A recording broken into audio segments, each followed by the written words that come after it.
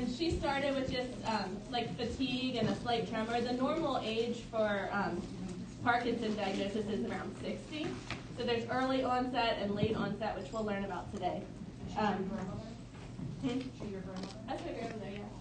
So she passed away in November from Parkinson's disease. From the time she got diagnosed, she lasted like another 6 years, but it's progressive. We'll talk about it. Some of the key features are tremors, shuffling gait, stiffness. So this concept that we're learning about today, you have 12 exam questions on your exam 5 next week, okay? They're, on your objectives, there's one lab that you need to know about we're going to talk about today, creatine kinase. And then there's only 2 medications that are on the objectives, baclofen, and that could be used for any of these 3 exemplars. And then carbidopa levodopa is a medication for Parkinson's disease.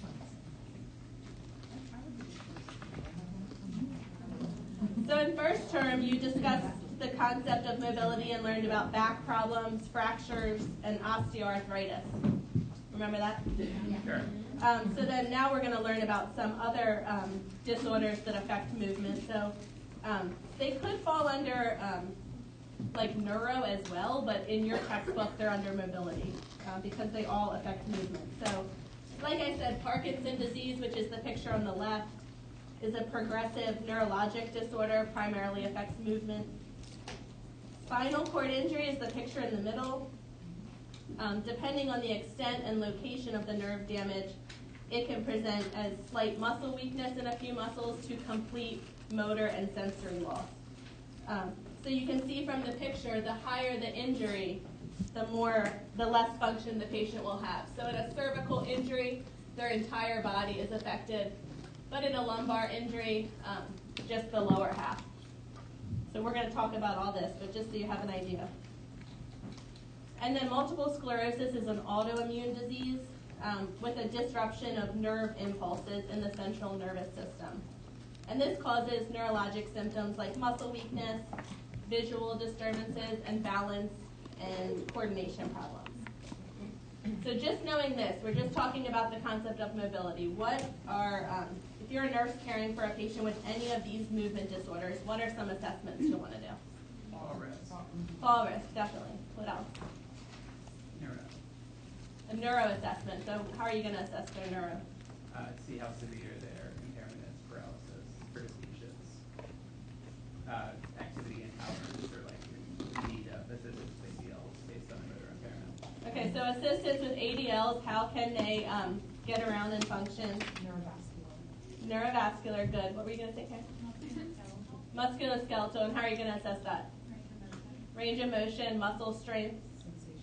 Sensation. Good.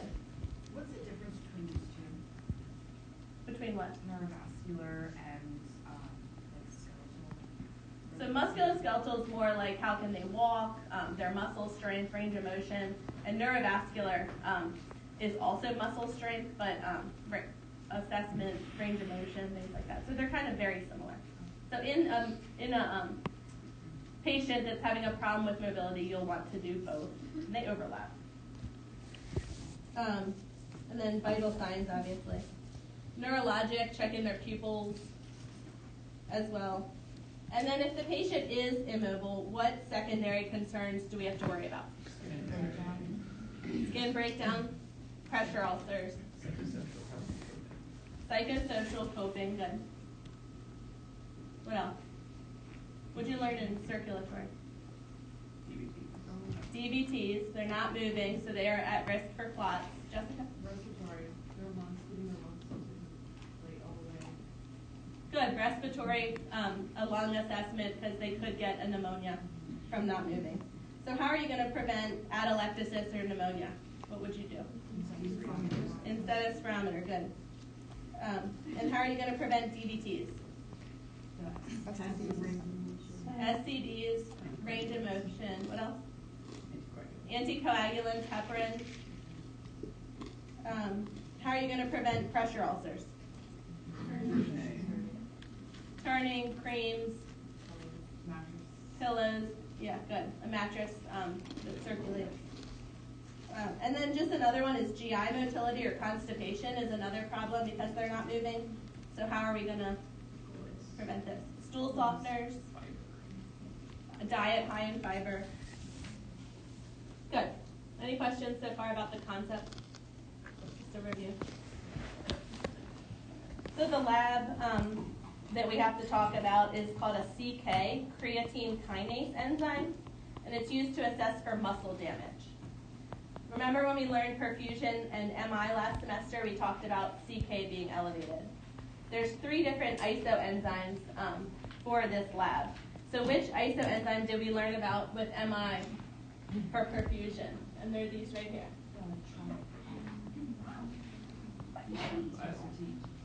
But which one of these? Troponin, yes, for MI is another lab.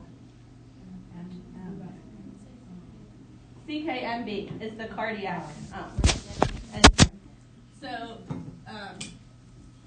this picture is hard to tell, but that's the cardiac enzyme. CKBD affects brain muscles in the brain damage, and then skeletal muscles is CKMM. So the normal level for men is a little higher than women, 55 to 170, your book says, and for women is 30 to 135. So why do we learn this lab with these concepts? In any of them, the creatine kinase could be elevated. So for Parkinson's, multiple sclerosis, or spinal cord injury, you may have some skeletal muscle damage, and the CK may be elevated. So that's all we're going to talk about. Are those values just for the CK in general? Or Yes. For, Just for the CK, but there's different, the isoenzymes make up the CK. Okay. So it's just gonna be general. Just general. So They just no, you don't have to memorize the values, but just know that a creatine kinase could be checked in any of these 3 patients. What? Questions about the lab? Are they just elevated initially, or are they elevated throughout the course of the disease? So for a heart attack, they're just elevated initially and it slowly gets better. For a spinal cord injury, same thing. Sometimes it's reversible, so it just depends.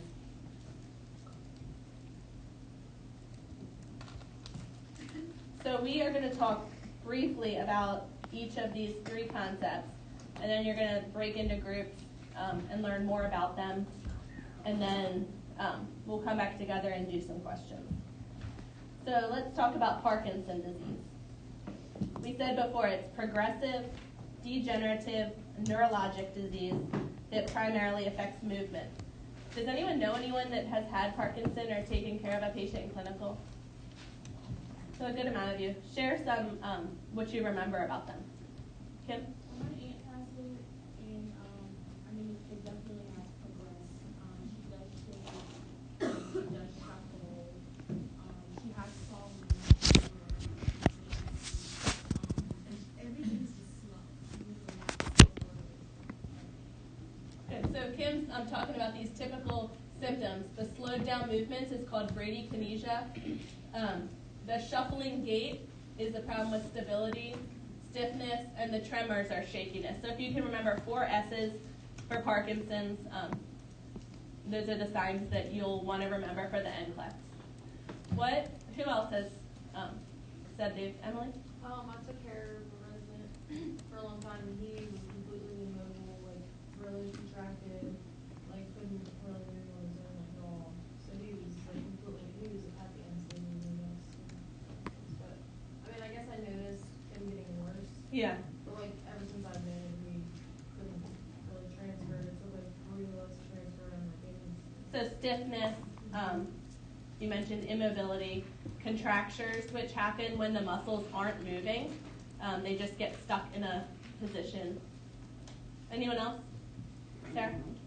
My father-in-law passed away, but he had Parkinson's. He lived in New York, and my husband, they would usually talk on the phone back and forth, and then his dad got upset or depressed because Matt couldn't understand when he was talking anymore. So then he started, he would write a letter, and then the letters kind of stopped coming. So progressive, difficulty with speech and then with writing, muscle movement. Amy? I took care of a gentleman who was diagnosed when he was 50 with Parkinson's, and he got the deep brain stimulator. Mhm. So it was kind of neat to go to his appointments and see how that's, you know, I guess to check for the battery and everything. So his tremors weren't bad, but his balance was still very off, and he still would freeze when he would walk. But it just messed with him more like, I guess, the psychosocial, because he couldn't do some of the sports and activities that he liked. Like he liked to golf, you know, and he just had no balance. And how old was he? Well, he passed away when he was 80, but he Okay. was diagnosed when he was 50. Okay. So. So 50 to 60, your book says 60 is the average age that Parkinson's diagnosed. And who knows what causes it? Yeah, we don't know. But it's thought to come from a combination of genetic susceptibility and exposure to environmental factors or toxins. We're going to watch a video of Michael J. Fox explaining kind of the similar thing. And we talked about the average age is 60. The risk increases with advancing age. Men are at higher risk, and relatives with Parkinson's disease have a 15 to 25% chance of getting the disease. There are several genetic mutations that have been found and linked to Parkinson's disease. So unfortunately, since it is genetic, there's no definitive way to prevent Parkinson's disease.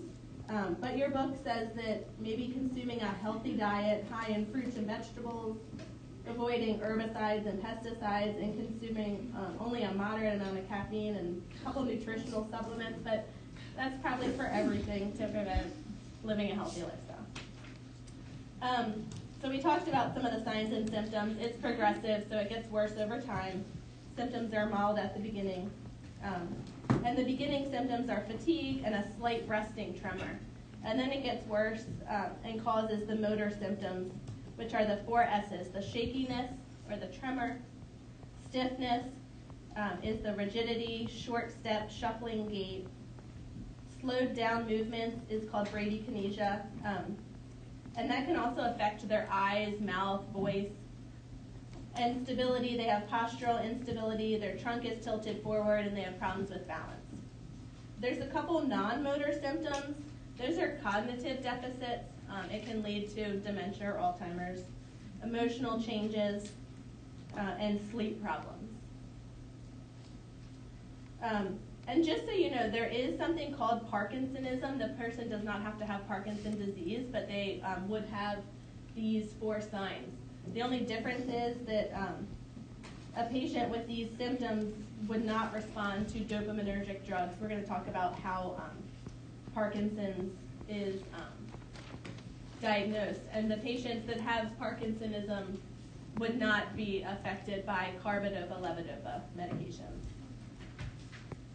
So the etiology is related to the neurotransmitter dopamine, which you can see in a normal neuron. There's dopamine in here. It is produced in this part of the brain, the substantia nigra. But in a patient with Parkinson, the dopamine is decreased. So there's a progressive loss of dopaminergic neurons. And as the dopamine decreases, the brain sends abnormal nerve firing, which causes impaired movements.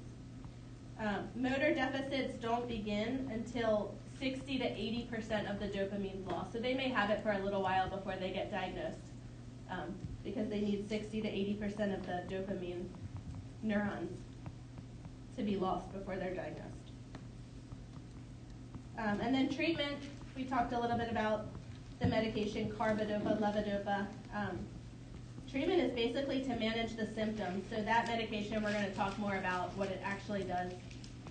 And then a healthy lifestyle, and definitely physical therapy and occupational therapy to help with walking and trying to get them to do as much of their ADLs on their own as possible. So let's watch a video of Michael J. Fox explaining the presentation.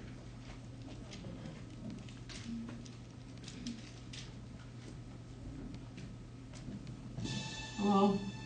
Good afternoon, gentlemen. Now, we've all heard of the legend of Atlantis.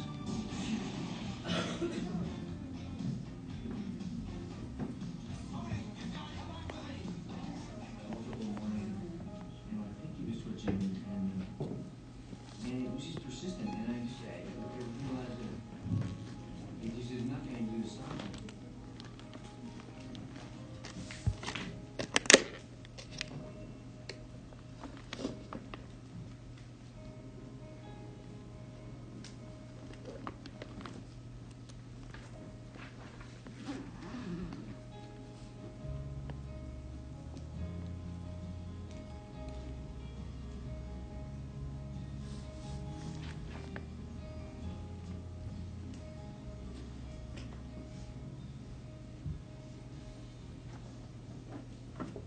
Typically, my body is only fully at peace when my mind is completely at rest. That is, sleep.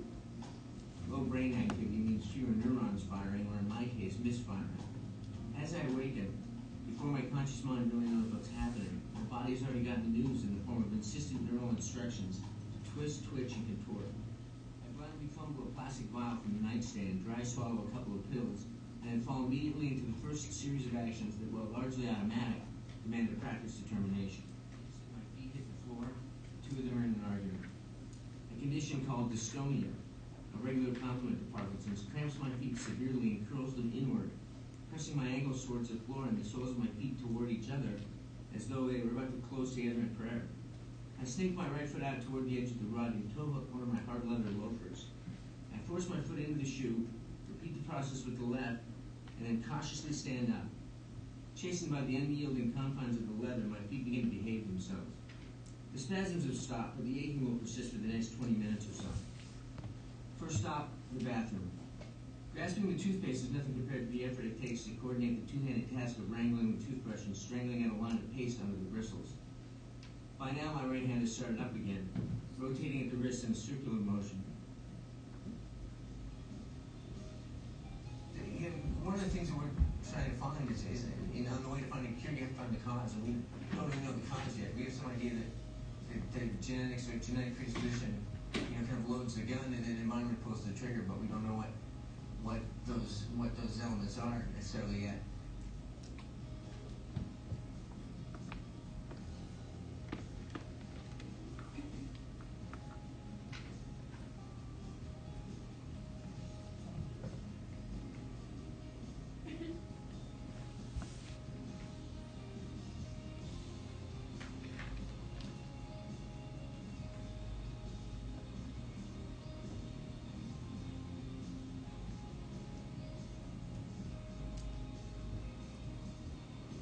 For those whose lives aren't touched by Parkinson's, may not know anybody, may not have it themselves,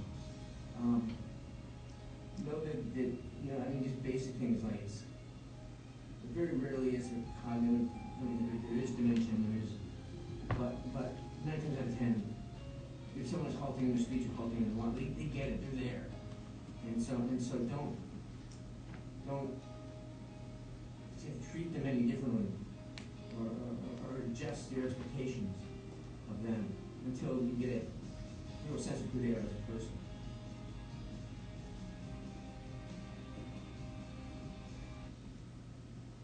It just goes on to talk about raising money and trying to find a cure, which Michael J. Fox is big into.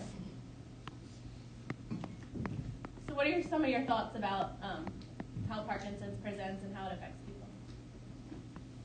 Well, they're basically like trapped in their own body. Like they're there. It's just they can't connect things to do it. So psychosocial is like huge. Yeah. So loss of control, psychosocial. So if psychosocial is one of your priorities, what are you going to do to help your patient? Say he's your patient. How are you going to help that? What else? Mental health referral. A mental health referral. Yeah. Jessica. Be patient, because then when they speak to you sometimes, it's frustrating for them because they can't get it out what they're trying to say, or you don't understand them, so you have to like really listen to what they're saying. I had a guy screaming at me on the phone the other day about his meds, and he had Parkinson's, and he was so frustrated, So it's frustrating for us, but it's more frustrating for them because we have no idea what they're saying. So being patient and trying to listen to them. Nikia? I think when I had a patient before he was on psych, to get him to walk at a good pace, I would count. I would like 1, 2, 3, 1, study with it. And then another one of my patients had, I don't know if they released it, but it's like a drip. It's like connected to him. It's like a little bag he carries. And it drips him and gives him his medicine. So anytime he's feeling like he's about to stress, it's kind of like a mobile PC on top. That's what I look at it as. But So there's all kinds of medications that can help with the spasticity and the muscle rigidity. So maybe that was something that continually dripped in.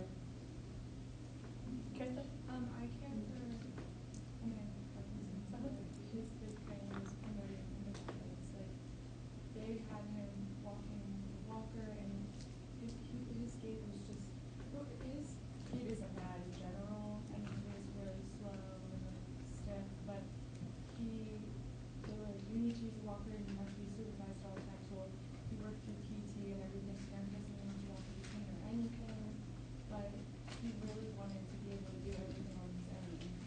So I think just understanding what they want, but keeping them safe at the same time. Good. Promoting independence is really important, and one of the biggest nursing priorities for any of these patients with any of the exemplars we talked about today. So you want them to be able to function as best as they can on their own and see where they need us to help. Louis, what were you going to say? I was going to say, try like relaxation techniques, like at night when they're trying to go to sleep. Yeah, definitely. Relaxation techniques and like warm baths, stress reduction, things like that can help with muscle spasms and rigidity as well. Heating pads. Crystal? Also, for him, his medications have to be given at the same time every day, and they have to be right on schedule. So their medication regimen is very strict. Yeah, good. So a strict medication regimen. Anything else? What other priorities would you have for him? Psychosocial, or what were you going to say, Richard? Just prevent injuries, falls. Prevent falls. So how are we going to do that? Occupational physical therapy, putting their balance in Good. So PT and OT, lots of rehab, trying to improve their balancing gait. Does anyone know what we can do to improve their walking? How can we teach them? Nikki, I kind of talked about, but yeah. The book said, look ahead and not down, walk with your heel on the ground first. Yeah, so heel toe. Yeah, move at a pace that is not too fast. Good. So a wide gait, telling them to look ahead, the heel toe motion, and their arms won't swing when they're walking. They're just stiff and rigid. So teaching them to have a conscious effort to swing their arms while they're walking. If you want, there's lots of videos online on YouTube that show how to teach a patient with Parkinson's to walk. But those are the basic things. And then when getting out of a chair, they're told to rock to a standing position because they are so rigid. So that will help. Just trying to get them to rock up. We talked about teaching them to concentrate on their walking. The PT and OT is going to help increase their muscle strength and prevent contractures and decrease rigidity. And then we talked about coping, encouraging them to express their concerns, encourage choices, allowing independent function, and assist the patient only when necessary. The other priority is respiratory for these patients. Why is that a priority?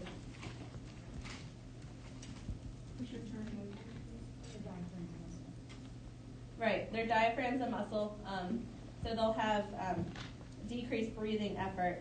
So our outcome for, they're also very dyspneic. In a lot of Michael J. Fox's videos, he has like an oxygen mask that he'll put on to help him breathe.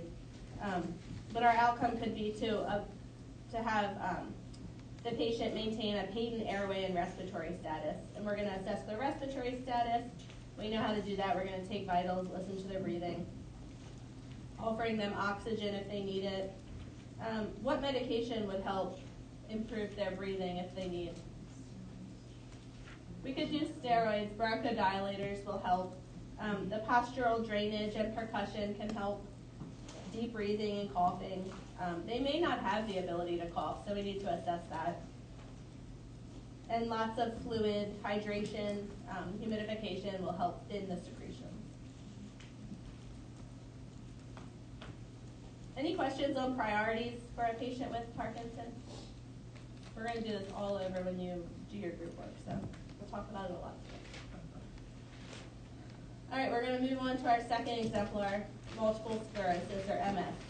Anyone know someone or has cared for a patient with MS? Emily, what do you know? I know that her one side is like weaker than the other. I don't know if that's like typical. She hasn't been able to walk by like 10 years. She's more like kind of it's something I guess progressive or whatever. She does about more every time. Yeah. So MS is also progressive. She said the patient's having trouble walking, has been in a wheelchair for 10 years with a Hoyer lift. She's at the bedside and she can't move like her legs by herself, like her legs are like swollen most of the time. Like, we have to really push exercise over. It's a patient you've cared for in the nursing home? Yeah, and also my fiance's friend's mom has it, and she's gotten worse over the years, but I've noticed too she can't walk or anything. She's confined to either her bed or chair. So also has gotten worse over time, confined to the bed. What else do you guys know about MS? Do you have something different there? I knew someone who had MS, for a long time. She passed away, but she was, she could hardly get into the wheelchair because she was so stiff. But a friend of mine just got diagnosed, and she's 35. She's got little kids. So she was having some issues with like, pain and weakness and stuff going on with the bladder, and they did all sorts of tests. So does anyone know the typical age for MS diagnosis? 20 to 30? 20 to 40 are both said. So Sarah said her friend is 35 and just recently got diagnosed. We're going to talk about how you get diagnosed. But her beginning symptoms, what were they? Sorry, like issues with like her muscles, like weakness, she was having pain. Weakness, pain, good, okay. I have a friend who has it. She was diagnosed when she was 27, and she was having a lot of tingling and numbness on the left side of her face and shoulder. And then she was also having trouble walking, like she would just trip on a flat surface. So, So a lot of times that's one of the beginning symptoms. They have trouble walking, they fall, they're clumsy, dizzy. Okay. One of my clients got diagnosed at 19 with MS, and she was tripping a lot. And so her family sent her to Mexico to get like stem cell therapy or something like that. And also they keep bees in the refrigerator, and every morning she takes a bee out and she stings herself with the bee, which I guess was like something that they did a long time ago, but I did read something about deep, yeah. And she You're said not that supposed to do it. Yeah. yeah, you're not supposed to do it, but they do it for her. She's 24 now, and she said she's been doing it for like 3 years, and since starting it makes her feel better. And she's like, it could just be psychological, I don't know, But people try anything. That she has a friend with Venom therapy. bee venom therapy, which you can look up the effectiveness of that. Don't do it.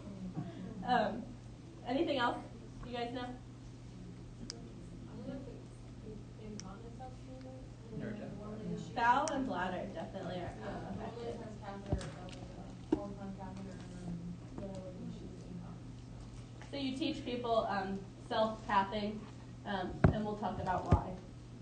So it's an autoimmune disorder, affects the brain and spinal cord. And in a patient with MS, their immune system cells go to the neurons and attack or destroy the myelin sheath that protects the axon. So you can see here the myelin sheath is damaged and the nerve fiber is exposed. Which I kind of related to whose cell phone cord ever looks like that? That protective covering kind of gets damaged and the wires are exposed. So if you think of that, that's what happens in your patient with MS. And that will disrupt the transmission of nerve impulses. So then the brain cannot communicate with the rest of the body, and it leads to these sensory and motor disturbances that you guys talked about, and alterations in bowel and bladder control. So lesions or scars form in these areas after these episodes, and that's what makes it hard to diagnose. But the definitive diagnosis, the person will have lesions like this on their brain and spinal cord. A lot of people, it takes years to diagnose, so they have to, it's not just one test, but usually they'll end up doing an MRI. A lady I worked with had MS and went into a flare-up after pregnancy, which happens a lot, and was falling and tripping, and for 3 years was in the hospital, never had an MRI, and finally they did, and they found these lesions.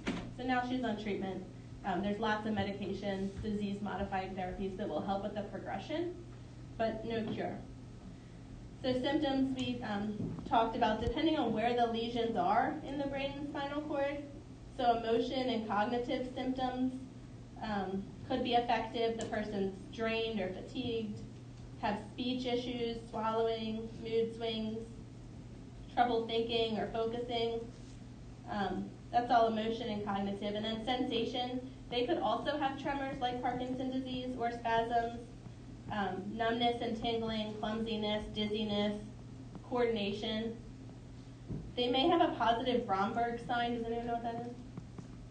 So if the person is standing with their eyes closed and feet together, and they lose balance, that means they have a problem with their cerebellum.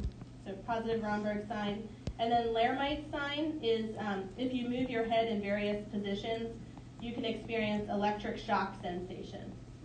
So think of the L in Lermites for lightning. It's like an electric shock sensation that goes through your body. Lermite sign, Lermittes.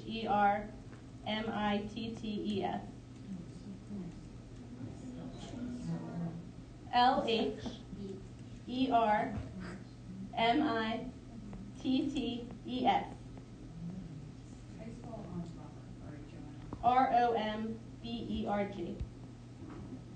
Then vision changes, some of you guys mentioned. They have nystagmus, which is just the involuntary movement of the eye. Could have double vision, blurry vision, dark spots in their vision. And then elimination may be affected depending on where the lesions are. They either can't hold their urine, or they have problems with contracting to void, which is a retention problem. So, yeah? Sorry, can you explain the lesions?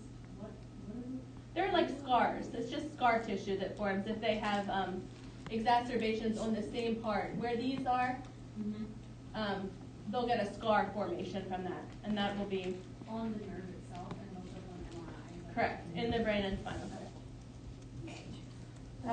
And then bowel, they could either have constipation or diarrhea, or they can't hold the stool. So everyone's different with MS. There's not two people that have the same symptoms.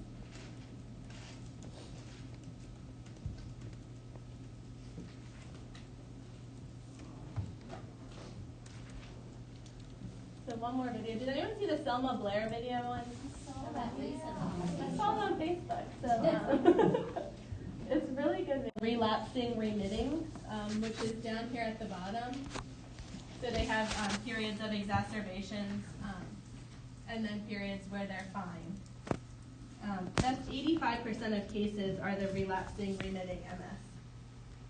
And like I said, they have acute attacks that may be over 1 to 2 weeks, and then they resolve over 4 to 8 months, and the patient returns to baseline.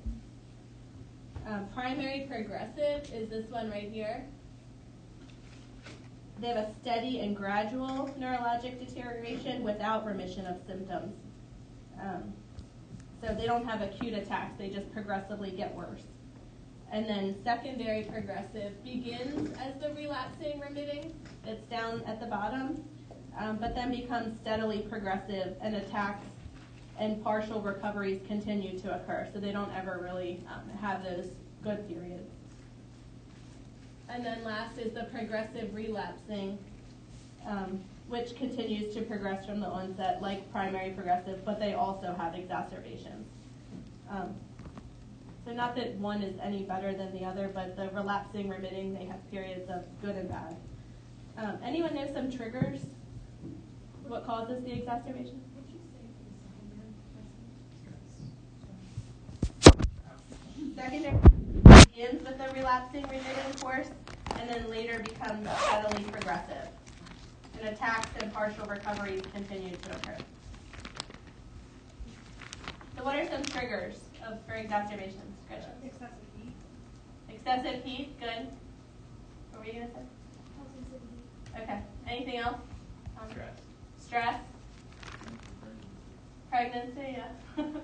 Hormones. Anyone know any others? So infection is a big trigger. Physical injury, overexertion,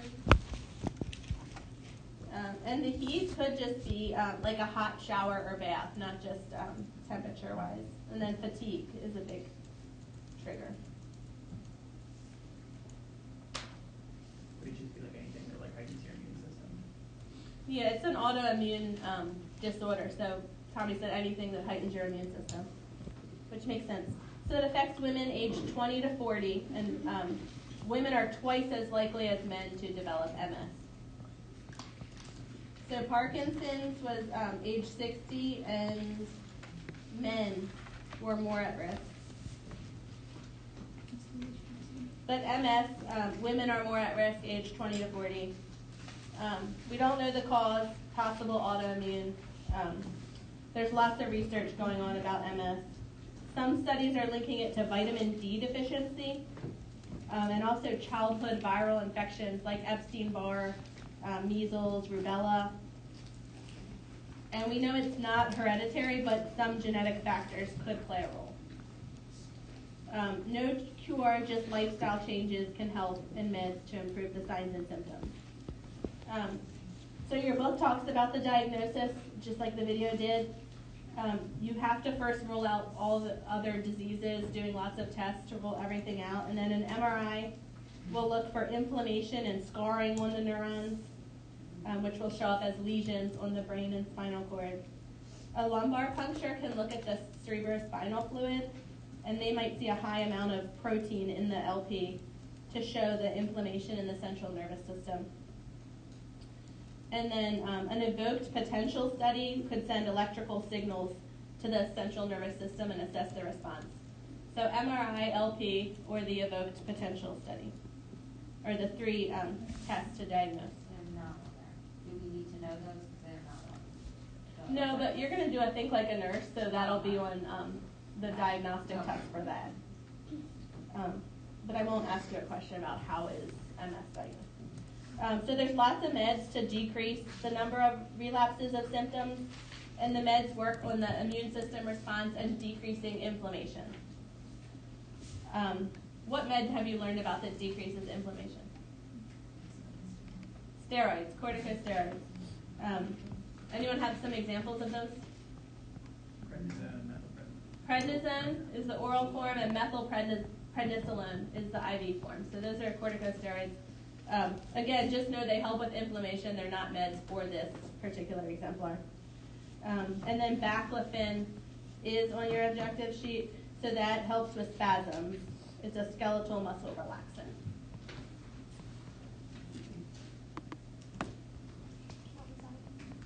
Baclofen. Could help with Parkinson's disease also, and it can help with multiple sclerosis. Any questions about MS? Like I said, we're going to review all of that again.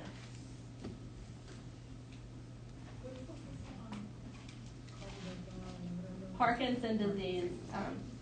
And the carbidopa-levodopa increases the dopamine.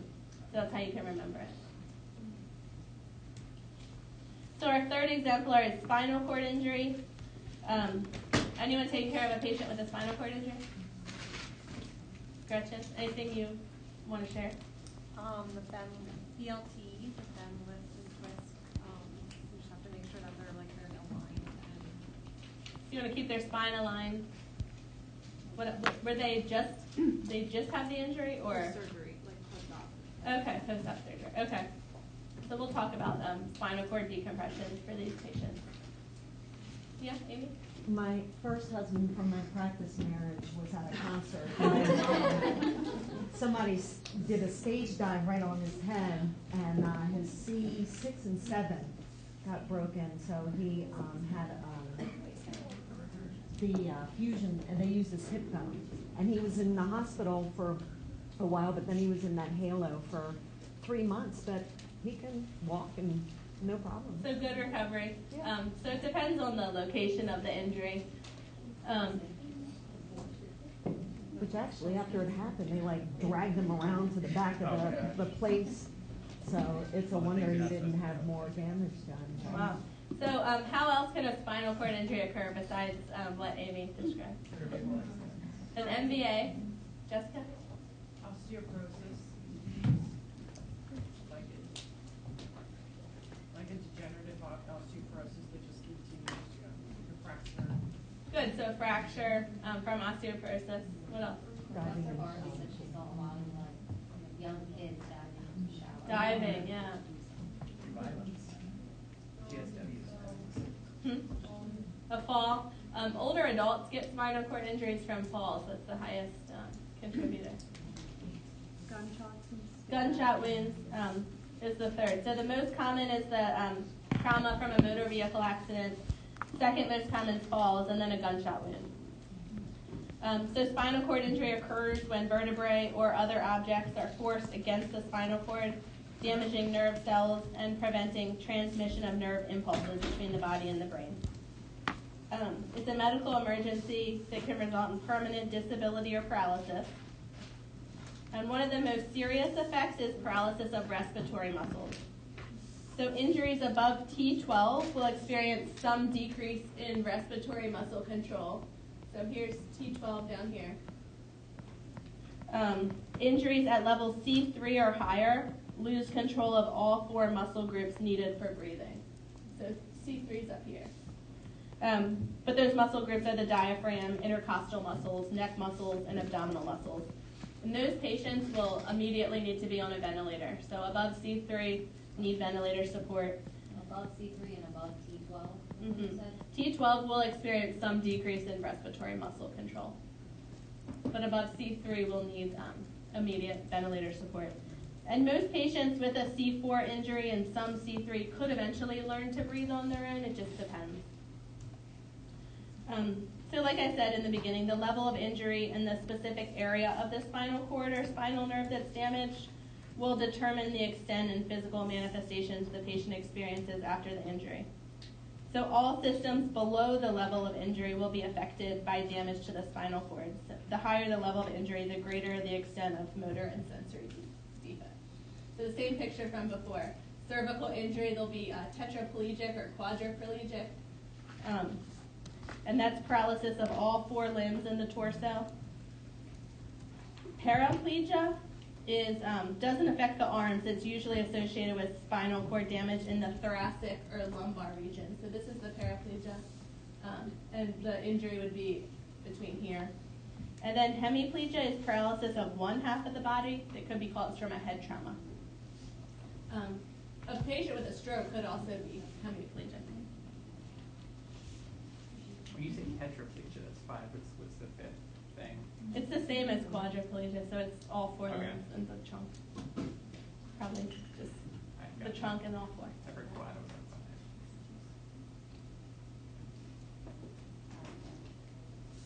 fine. So here's our patient that had a spinal cord injury.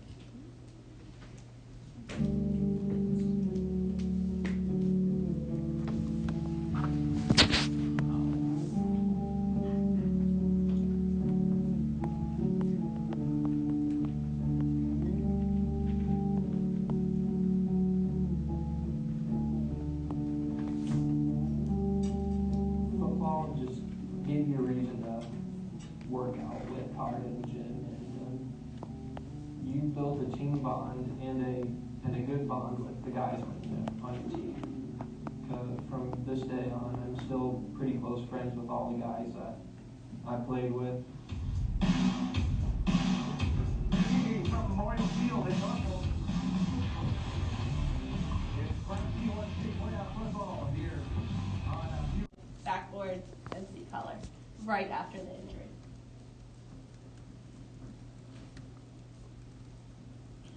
Typically for nursing care, we won't be there right after the injury, I would assume.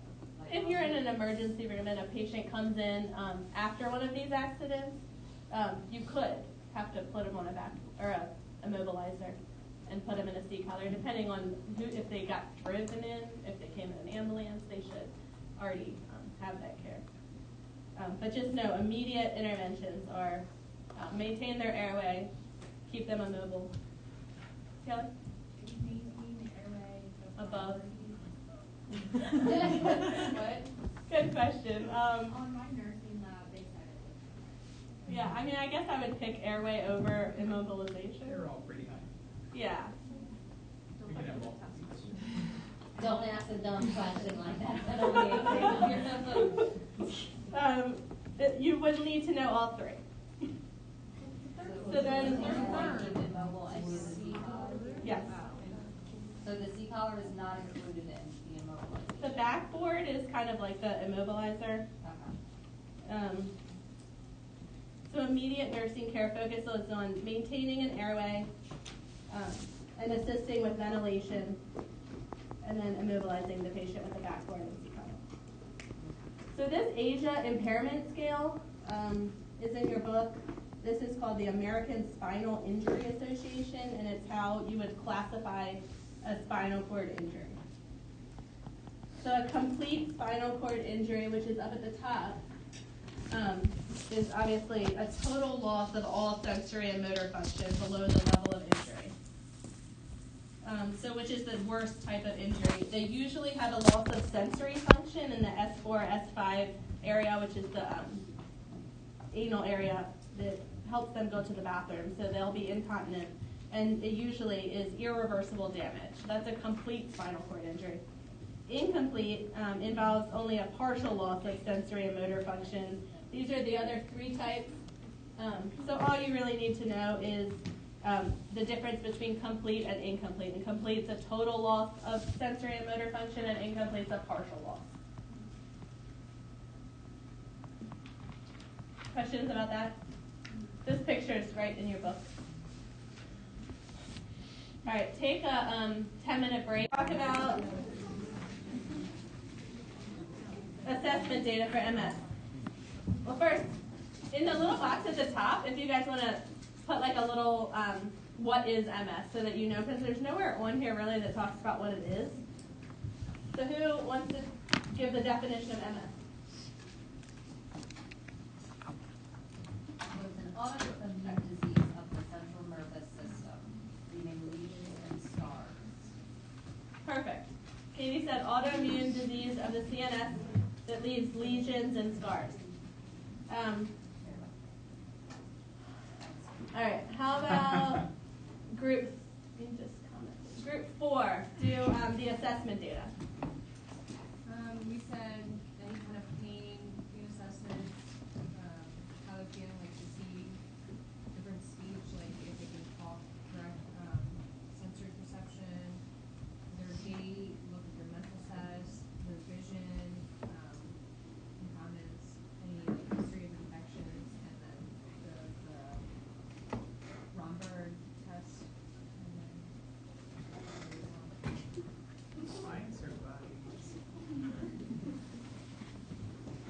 I don't know who designs these pictures. Good. So from all of that assessment, how about group 2? What are your priority assessments? Give me the top 3. For us, we said our priority assessments are balance, speech and swallow, and pain. Good. Balance, speech and swallow, and pain. Who has something different for MS priority assessments?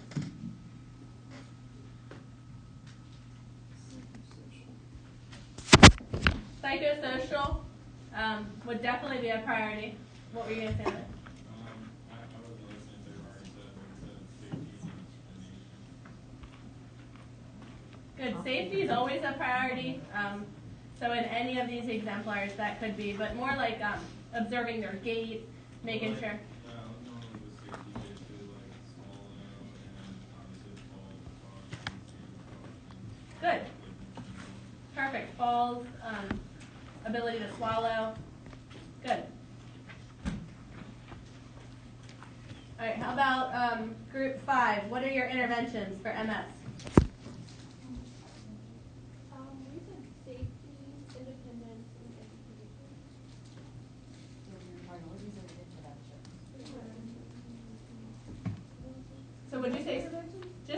interventions first. So you had safety, Promoting independence and education. and what are you going to educate on? The triggers and medications to use, or that can be used, and support groups. Good. Any other interventions you guys have? The groups that had MS, what are some other interventions? Karen? Yeah, coping, emotional, expressing feelings.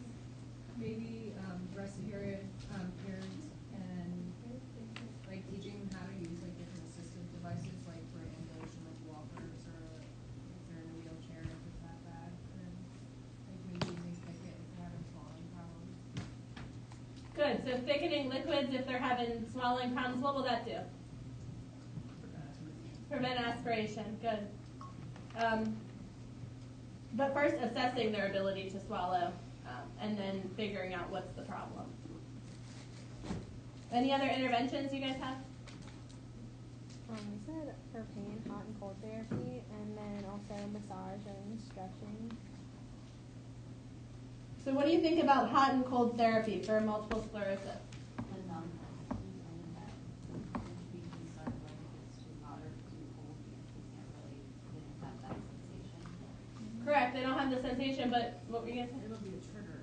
Heat is a trigger. So in a multiple sclerosis patient, you don't use heat packs, warm baths, or anything like that in MS. Use cold packs.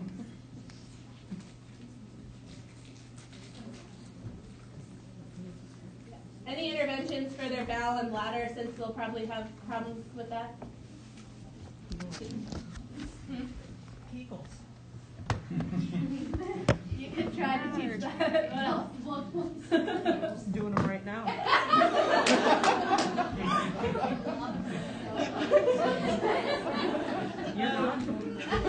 What are some bowel function readiness?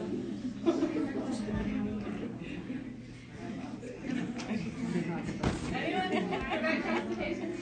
Fiber, increased fluids, stool softeners, good.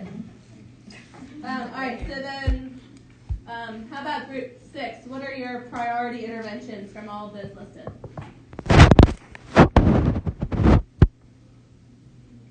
Who's in group 6? What do you have?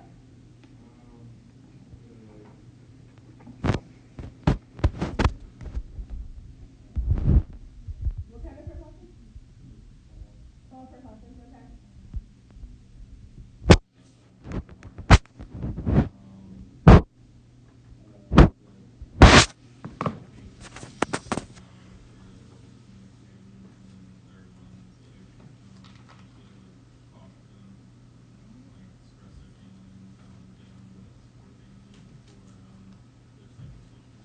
Good. So emotion communication is a priority intervention.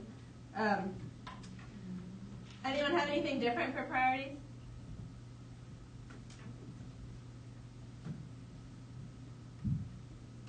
Who else had MS? Emily, what do you have for priority intervention? Well, I had rest period, safety, and cooling because they're the heat from the triggers. Good. Rest periods. What is that going to do?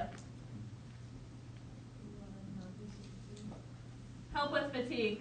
Good, which can trigger an exacerbation. And then we talked about bowel and bladder is probably a priority intervention. So either teaching them how to cath or a bowel regimen. Good. What are our priority labs and diagnostic studies? Group 7. MRI is going to show what? Lesions on the brain and spinal cord. What else?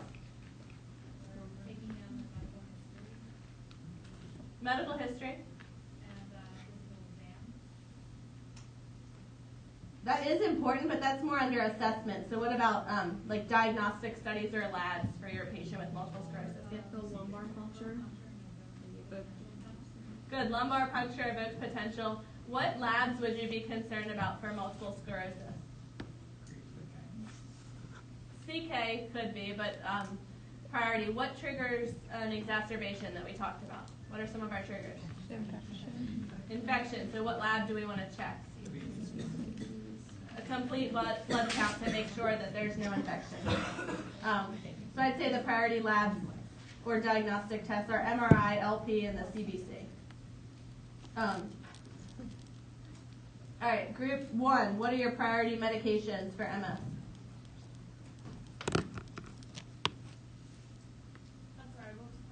Priority medications, what do you have in that box?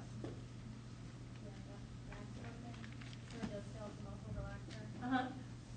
Steroids, and we weren't sure, but NSAIDs for inflammation if they have pain. Good. Anyone have anything different for priority meds? Emily? We had antipyretics also. Antipyretics, NSAIDs, kind of the same thing. Yeah? Potentially stool softeners. Stool softeners could be. What else? What'd you say? Is it beta interferons? Yeah, so your book talks about this whole group of meds. It's a class called disease-modifying therapies. There's like 10 different ones. If you just know the overall category, they're DMTs, or disease-modifying therapies, that are a priority med for MS. No, they're not required for you, but you may see them on the NCLEX. So just know that beta interferons, or some of the other ones, basically reduce inflammation and block the immune system attack on the myelin. So they help control the symptoms. So we got priority meds. Corticosteroids are going to decrease inflammation. Baclofen will help with the spasms. And then the DMTs are going to help with the immune system response. All right, what are some potential complications for MS? Group 3. Sorry, I did. Group 2. Wait, if I can. Group 2. What was the question? Potential complications. You said falls, aspiration, social withdrawal, and depression. Good. Falls, aspiration, social withdrawal, depression. What else? Constipation. Constipation.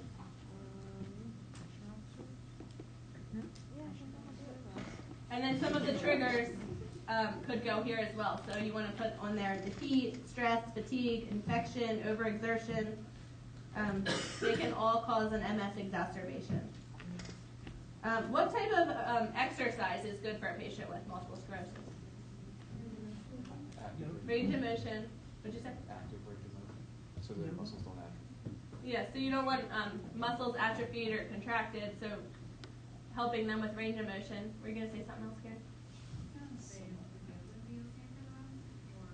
Yoga will help with stretching.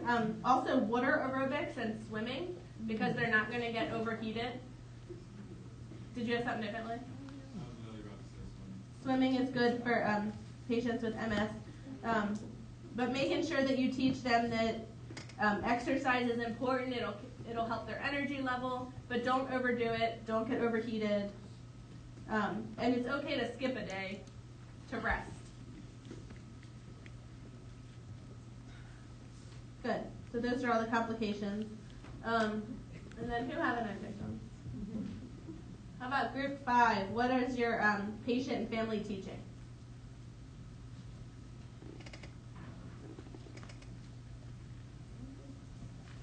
That was us, but we kind of said with our interventions, the education, so we did all the medications and things to monitor and safety education. Good. So educating about the meds that they're going to go home on, helping them keep them safe from falls. Anyone have anything different for education for an MS patient? Promoting ADL independence. Good. Promote ADL independence. Can go for all 3 of these exemplars. What else?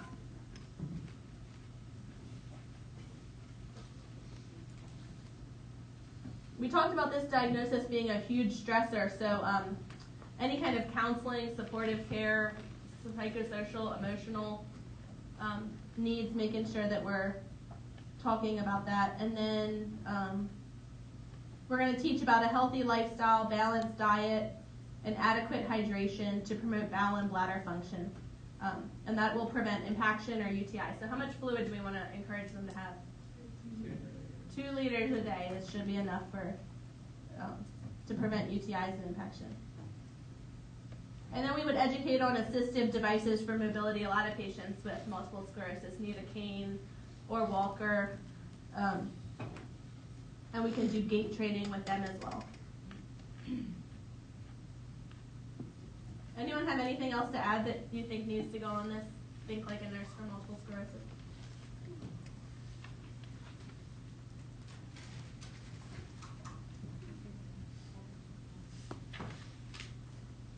How about with your priority meds?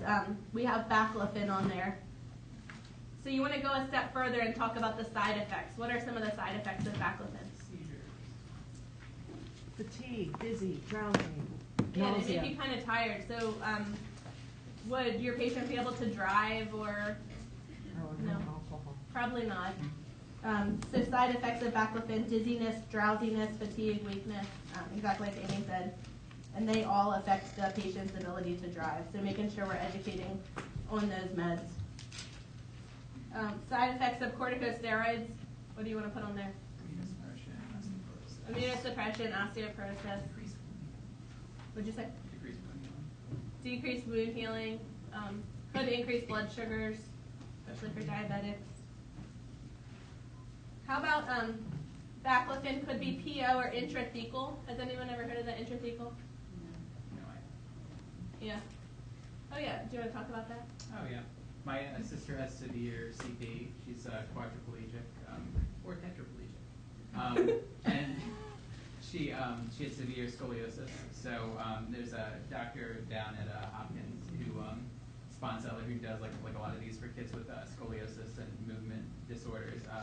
He put bilateral titanium rods up and down her spine to straighten it out, and then she has an intrathecal baclofen pump in her abdomen, and there's like tubing that runs like all the way up and down her spine. And she goes in like once a month and gets the volume level checked and reset, and they would like adjust the doses in the beginning. They have like a nice little computer that they can just like hold up to it, and that'll give them all the data. So. Okay, so they do that in patients with multiple sclerosis as well. And you need to know that they have to do test doses first, because there's a lot of adverse reactions for intrathecal baclofen. And then it could cause a lot of skeletal muscle spasticity as well, so that's a side effect of baclofen, either oral or intrathecal. It's supposed to fix it, but high doses can make it worse. So that's why you have to do these small test doses and find the right dose for the patient. And you start with oral, and then intrathecal is done for patients that aren't responsive or tolerant to oral baclofen. Baclofen can also cause renal impairment. So if the patient needs to be on it, you just try to adjust the dosage for that. And then we already talked about driving. It increases central nervous system depression. So you can't use it with other CNS depressants like alcohol, opioids, antihistamines. Cool. So those are all side effects of baclofen.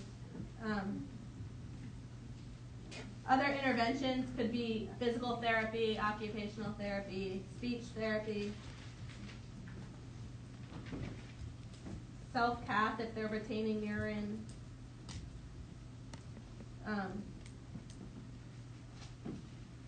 And if the patient is continually having flare-ups, if they're coming in multiple times to the hospital with exacerbations, what are you going to assess? Immune system. Medication compliance could be, but what are the triggers of exacerbations? We have to figure out why they're having that exacerbation. So are they stressed? Do they have an infection? What's going on that's causing all of these admissions and exacerbations? Does that make sense? So if it's stress, what are we going to help them with? Relaxation, figure out what the stress is, see if we can decrease that, the cause of that. Could be fatigue. Good, and the biggest thing is promoting independent mobility and self-care, so allowing them to do as much as they can on their own. Any questions about the Think Like a Nurse for MS? So I'll combine all of this and just post it on Blackboard. This picture I just found, if you Google MS image, it kind of has a lot of the symptoms and what to look out for. So do you guys want me to post these pictures also? Yeah. Yes. Just know there's other symptoms besides just these. It just doesn't include everything that your book talks about. So. Can I ask a question? Mm-hmm. What is the generalized medications, the things that you posted that had like, injection and PO and IV, what is that called? Where they can like pick and choose like different, regimens, medication regimens for like each individualized person?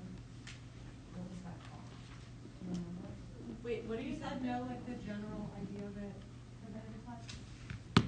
Oh, disease modifying therapies. It's like the first paragraph in your book under pharmacology.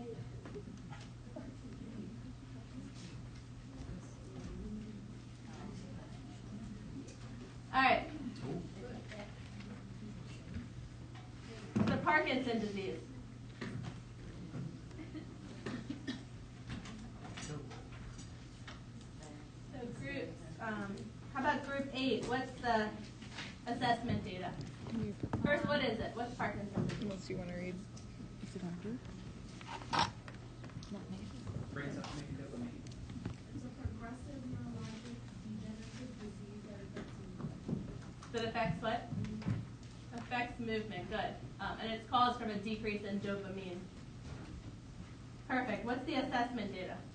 Tremors, rigidity, bradykinesia, postural instability, fatigue, emotional changes, cognitive deficits, sleep problems, and respiratory rates. Perfect. The 4 S's: shakiness, stiffness, slowed down movements, and stability. The shuffling gait, stooped posture, and the non-motor symptoms are fatigue, irritability. Loss of sense of smell is an early sign of Parkinson, and dementia is later. So those are all non-motor. Perfect. Anyone have anything else for assessment? All right. How about group 9 for interventions? What do you have? So it's breathing. Yeah, That's what I combines thought, the but I don't medication know. regimen, re-educate on walking technique, to improve gait and balance, home safety assessment, remote independence, assistive devices if needed, assess respiratory tests, drink plenty of fluids, low protein diet, support groups, PT, OT, and if they're on the level dose level, make sure they're not getting vitamin B6. That's an accurate decision. Okay. All right. Out of all of those, group 10, what are your priority interventions? Interventions or? For the top 3 priority ones. So we have, I guess, neurological, so medication, musculoskeletal, so PT and OT, and then psychosocial, so like therapy, possibly antidepressant. Good. Anyone else have different priority interventions for Parkinson's? Caitlin? Psychosocial to prevent falls and then the respiratory. You want me to go on with that? Yeah, so respiratory, what are you going to do? Because the decrease in breathing efforts, we want to make sure the diaphragm, patient airway, or patent airway, O2 if needed, and then bronchodilators, and then increase your fluids. Good.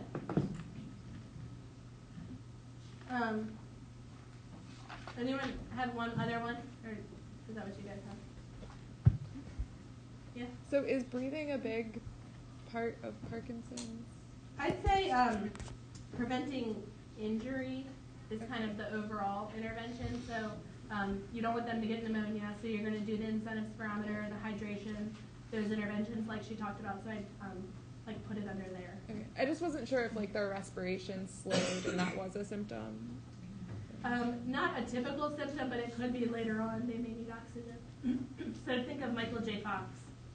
Dyspnea is one of the symptoms. So he often puts oxygen on to help with his breathing, but later on. All right, how about group 11? What are your priority assessments from what's been shared? What are the top three? Assessments, you said? Yes. Respiratory assessment, psychosocial, and neuro. Good, so what would you do for neuro? What do you want to know? Probably look at the features, possibly, assess, what'd you say? Yeah, or muscular skeletal. Musculoskeletal is a bigger one because you want to see how they're able to walk, how can they perform their activities of daily living. Watching their gait. All right, group 12. What are your priority labs for diagnostic studies for Parkinson's disease? Yes, CK would be a good one to check. What else?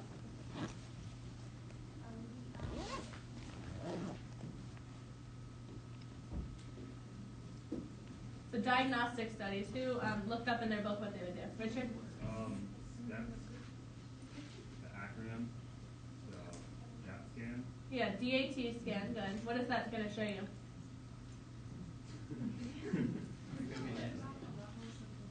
Yeah, you're going to see the dopamine neurons. So you just want to visualize how many are there by the DAT scan. Good. The specs, single photon emissions completed the top. CAT scan. A CAT scan, is that going to be effective? Single photon emissions computerized tomographic scans. MRI. The CT. Blood tests. It's a photon That's literally what we do. Okay, so what will that show you? Looking at neurons, so you want to rule out other causes, but so the DAT scan is a priority diagnostic study. Are MRI and CT scan going to show anything for Parkinson's disease? They're just going to rule stuff out. Right, those should be normal. And then CK could be a priority lab. All right, how about priority medications for Parkinson's disease? Carbidopa, levodopa, what does that do? Who looked it up? Carbidopa stabilizes levodopa because levodopa can activate outside the central nervous system, which you don't want it to do because it can cause other side effects. So the carbidopa keeps it from activating until it gets into the nervous system, and then levodopa is like a precursor to dopamine. Good. So it is going to increase brain dopamine levels, which will help relieve tremor, bradykinesia, and rigidity. Both of them? Yes. They're combined in a lot of, just think of it, together. It's one medication, but it's a combination. All right, what else? What other medications does your book talk about for Parkinson's disease? MAO inhibitors, what do they do? They're contraindicated with chemistry. But what's their purpose? Yeah, Jessica? It prevents the breakdown of the dopamine. It prevents the breakdown of dopamine in the brain, which causes all of those symptoms. Any other medications that you can think of that will help with Parkinson's? Baclofen will also help with muscle spasms and rigidity for this as well. All right, what are some complications for Parkinson's disease patients?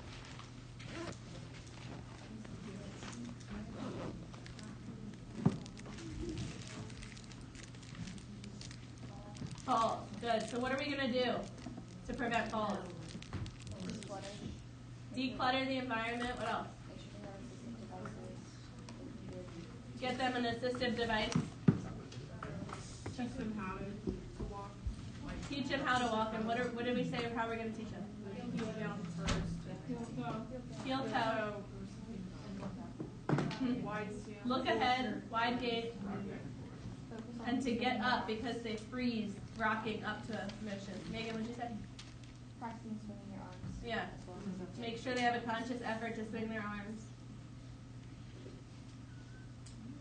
Good. What other complications? So they can fall. What else? Sleep problems. They can have sleep problems. So how many hours of sleep do you want them to get? 7, 8. Good. What can fatigue cause?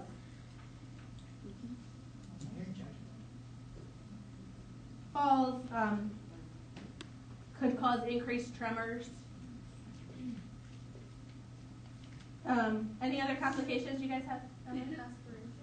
Aspiration. So how will we prevent that? Well, we would refer them to a speech therapist, and then they would make changes to their diet, or like thickening liquids or puree. Good. So they may need to thicken liquids. Before changing their diet, we really want to try to get them some assistive devices to eat different utensils, trying to keep them. Have you seen those spoons that have like the gyrometer thing in front of it that like keeps like the spoon stable and everything else shaking? Yeah. Did something say in the book about them holding a piece of bread in the other hand? Yeah. That it like That's one of our review questions. triggers their mind to help them? Yeah. Yeah, so if they have tremors while they're eating, if they hold something in the opposite hand, they focus on keeping their hands still.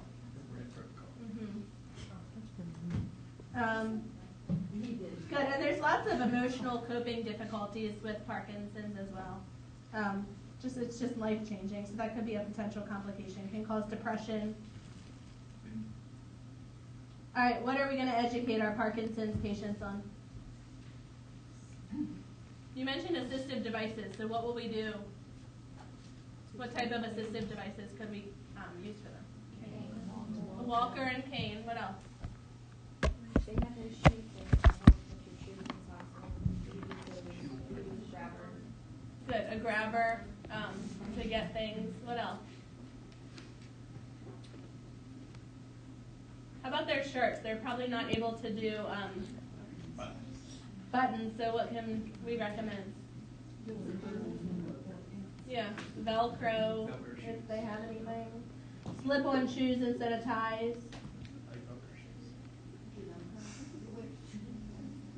What other teaching for Parkinson's patients? Megan?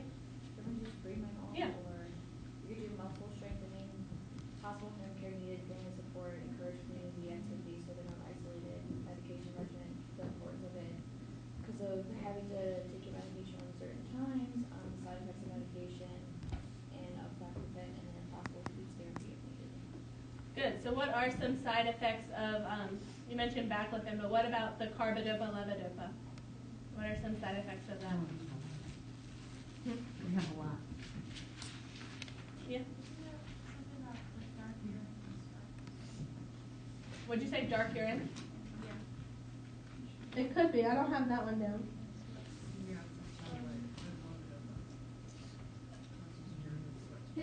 Okay. What else? It says high protein diet may interfere with absorption. Okay, so teaching them a low protein diet. What else? What are some other side effects? What can it cause? Dyskinesia, so worsening tremors, like worsening side effects. So the patient with Parkinson's, it's either they have tremors and stiffness and muscle rigidity, or they take this medication and this could cause involuntary movements as well, which are usually less tolerable than the symptoms themselves. So it also has like an on-off effect, and the med becomes less tolerable long-term. So they can't be on it too long. It doesn't work very well, but it will help increase the brain dopamine temporarily. Anything else teaching-wise? So this isn't a long-term medication? It can't be used long-term because the side effects are worse than the symptoms of Parkinson themselves. So they can be on it for a couple years. And then take a break and then do it again, or just a couple years and you're maxed out? The tolerance is I think the tolerance just stops. So teaching them healthy diet, also high in fruits and vegetables, and high in bulk and fluids are all teaching. So once you've maxed out the medication, you just progressively get worse? I guess. I know my grandmother was on it for like 3 years, and then the involuntary movements were worse than her actual tremors, so they took her off of it. Don't usually like wait to start you on it until it gets like more Yeah, it's severe. not the first drug drug that they try, according to your book, but that's your only medication on your objective sheet. So, So don't worry about it. yeah. So I think they start with the MAO inhibitors, That we had. and then they do this carbidopa levodopa. Let me just make sure we talked about everything. Brain stimulation.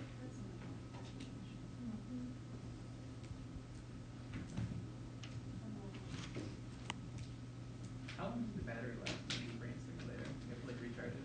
I don't know that. So surgery is reserved for patients who have advanced disease. It's called deep brain stimulation, where they implant a neurostimulator, which sends electrical signals to the brain and block the impulses that cause the symptoms, the tremor, rigidity, and stiffness. But I'm not sure how long that will last either. This medical battery 10 is pretty years. cool. The book had like a little blurb too about like music and motion therapy. Okay. What does that do? Like relax? I guess. So we can educate on that, music and motion therapy. Dancing Really is getting more them exercise. moving, range of motion I think is really big. So we want to teach active range of motion twice a day at least. Ambulate at least 4 times a day if they can. Using the assistive devices and a diet high in bulk and fluids, like I said.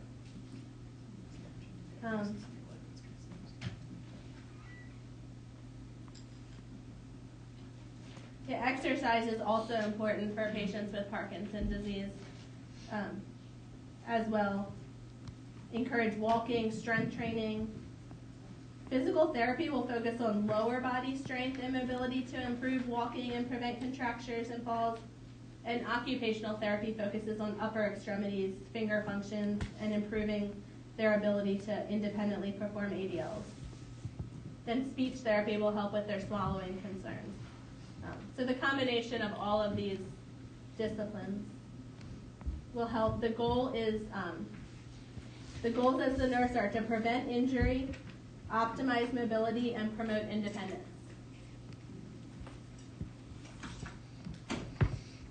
Any questions about Parkinson?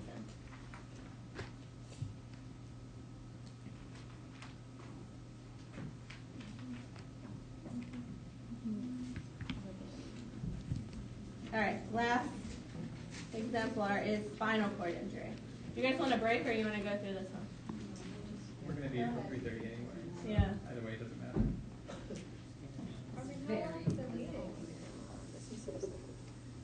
All day. They're like redoing. It's only 40. I know, what the hell We have more. Yeah, but we don't So have break or just go through? Go through. All right, let's do spinal cord injury. Who did this one? Group 14. What is the assessment data? We had pain assessment because they have extreme pain and pressure in their neck or back. Paralysis, weakness, numbness, and tingling, lack of sensation in any part of the body, loss of bladder, bowel control, impaired breathing, oddly positioned or twisted neck or back, muscle spasms, and all of those things kind of depend on where the injury of the spinal cord is. Good. What else? Other assessment data for spinal cord injured patients.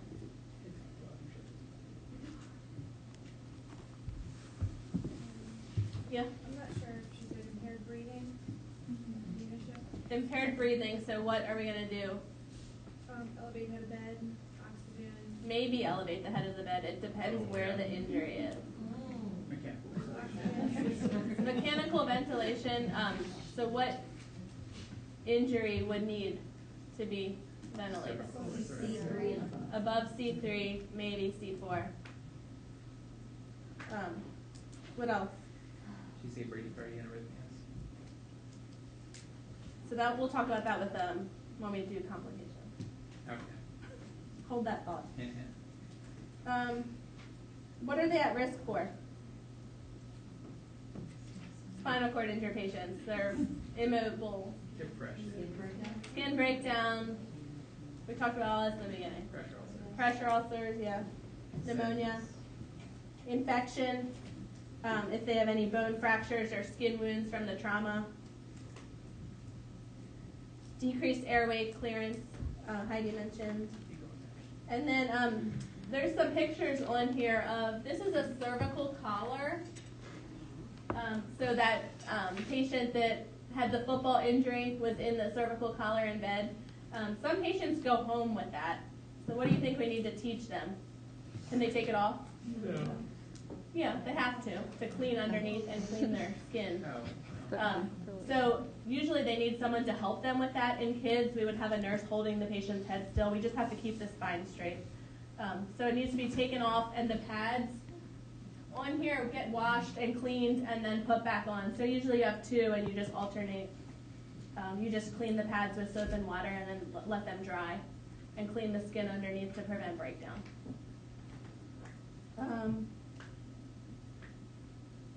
How about urinary assessment? Maybe anuria, Yeah, they may need to have a Foley. They may not have any feeling, bladder dysfunction. So they will either need intermittent or indwelling catheter to empty the bladder. Probably have bowel dysfunction as well, so assessing for that. And same thing, increased fiber fluids, even if they're incontinent. What is autonomic dysreflexia? Well, we can move on to complications. So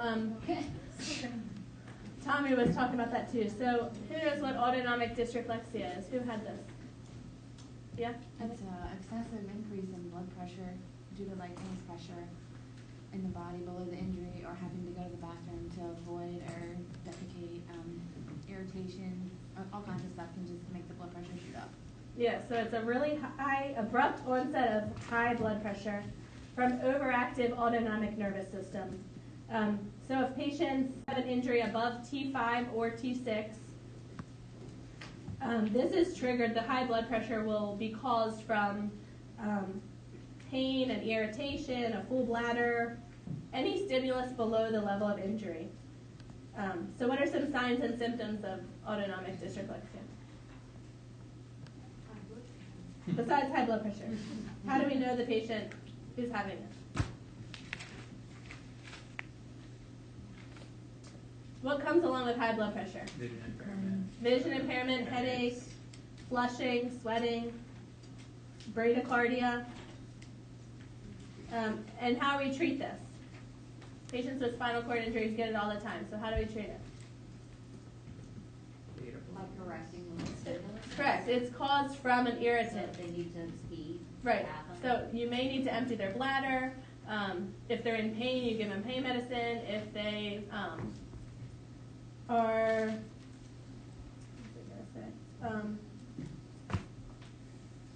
but yeah, correcting the problem, removing the irritant. And what if it's not treated? What can it lead to? Seizures, coma, MI. Good. Seizures, MI, and death. So we need to correct the problem. And usually the patient knows that they're having it. It could also be caused by like tight clothing, restrictive clothing.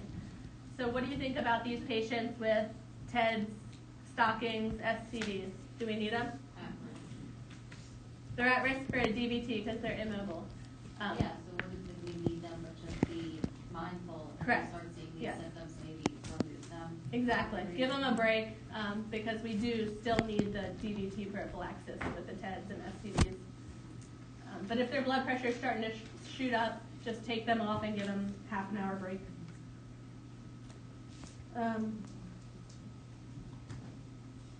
Good. So that's complication. Any other complications besides autonomic dysreflexia for spinal cord injury? Gretchen? Spinal shock. Spinal shock. And what's that? That is spinal cord swelling, which is shows the decreased blood pressure and loss of motor function from the Good. It's caused from swelling. So what do you think right after the injury are we going to do to decrease swelling? Corticosteroids, yeah. So So usually right after injury, they're on high-dose methylprednisolone within 8 hours after the injury to promote neurological recovery. It'll decrease inflammation and reduce damage to the surrounding nerve cells. And spinal shock can occur right after the injury and last several hours to weeks. It just depends where the injury is and the patient's symptoms.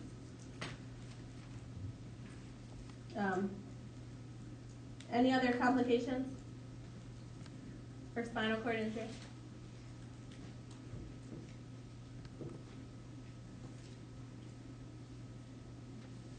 All right, how about our priority assessments?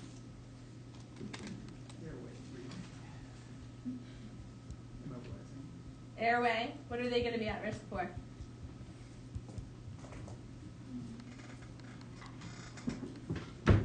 Inflammation, which could include the airway. They may have some inflammation. What else with airway? Yeah, respiratory. They can't clear their secretions. They're at increased risk for pneumonia and atelectasis.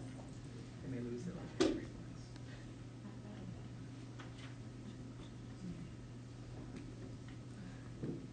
All right, priority interventions for a patient with spinal cord injury. Supplemental O2 ventilation.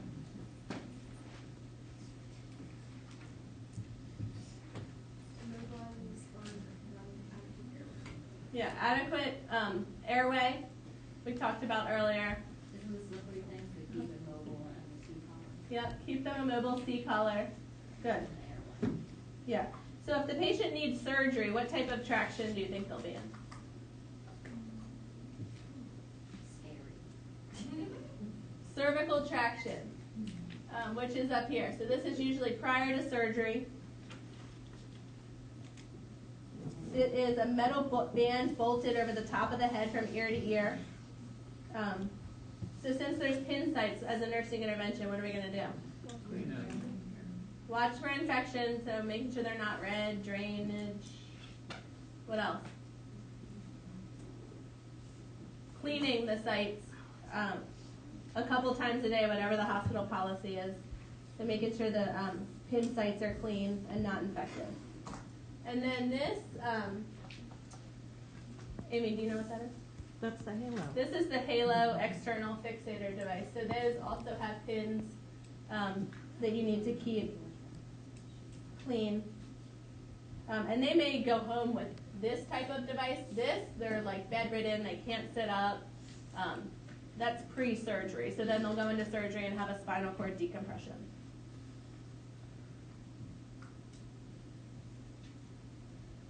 All right, what are our priority labs and diagnostic studies for a spinal cord injury? CT, MRI.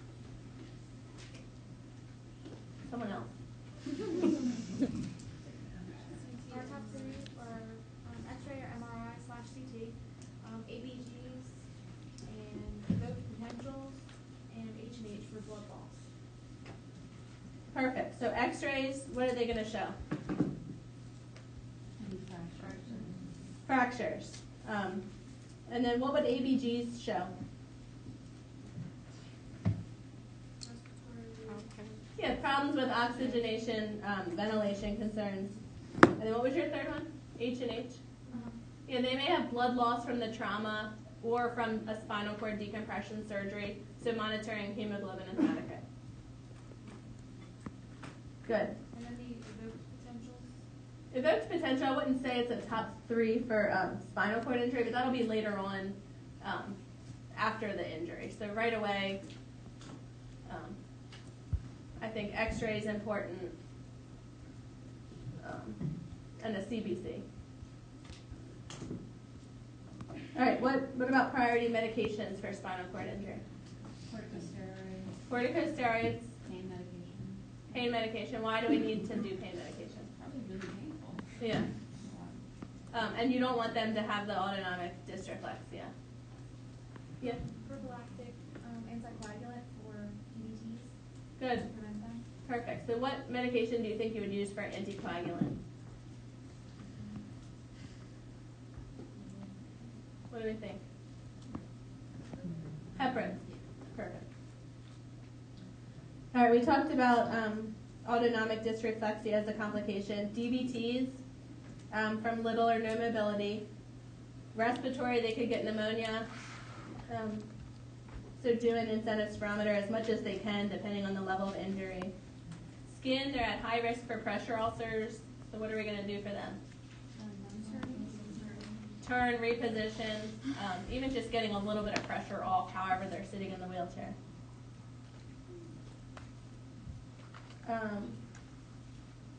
They're at risk for UTIs and stones from urinary retention, so making sure we CAF. Emotional and psychosocial is a big priority for this. They're losing independence. We're going to watch a video after the break of a patient that talks about that. So also for medications, baclofen can be used for spasticity.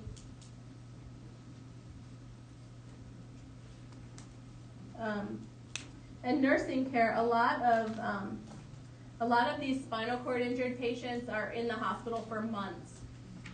So trying to get them optimize their mobility, lots of emotional support for the family as well, because it's not just a big change for them, but their family. Rehabilitation, they may need to go to a rehab hospital, so helping facilitate that. And then just one last thing about this, depending on the level of injury, and nursing care might differ. So if a patient has a lumbar injury and they're paraplegic, what would be included in that patient's care plan?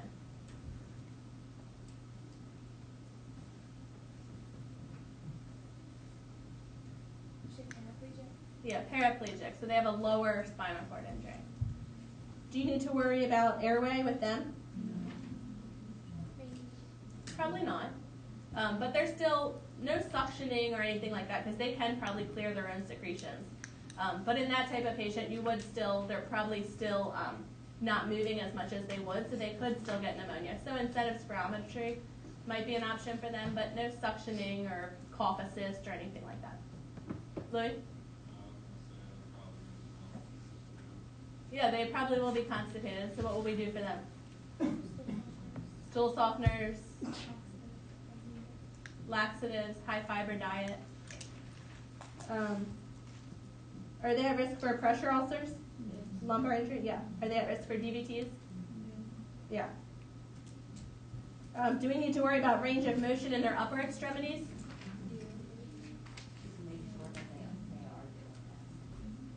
So with the lumbar injury, they can move their arms just fine. Are you going to do range of motion exercises for them? No, you don't need to. It's a lower injury. All right, take like a 15-minute break. We have from an inability to sweat or shiver. And hypothermia can worsen bradycardia and hypotension, so we need to make sure we're monitoring temperature and stability. Respiratory, we talked about making sure they have adequate ventilation and lung function. How are we going to assess that? Their pulse ox, their oxygen saturations. What else? ABGs. What else? Cap refill. Good. Will help with perfusion. Assessing their ability to cough. Swallowing. Yeah. Perfect. And then another priority.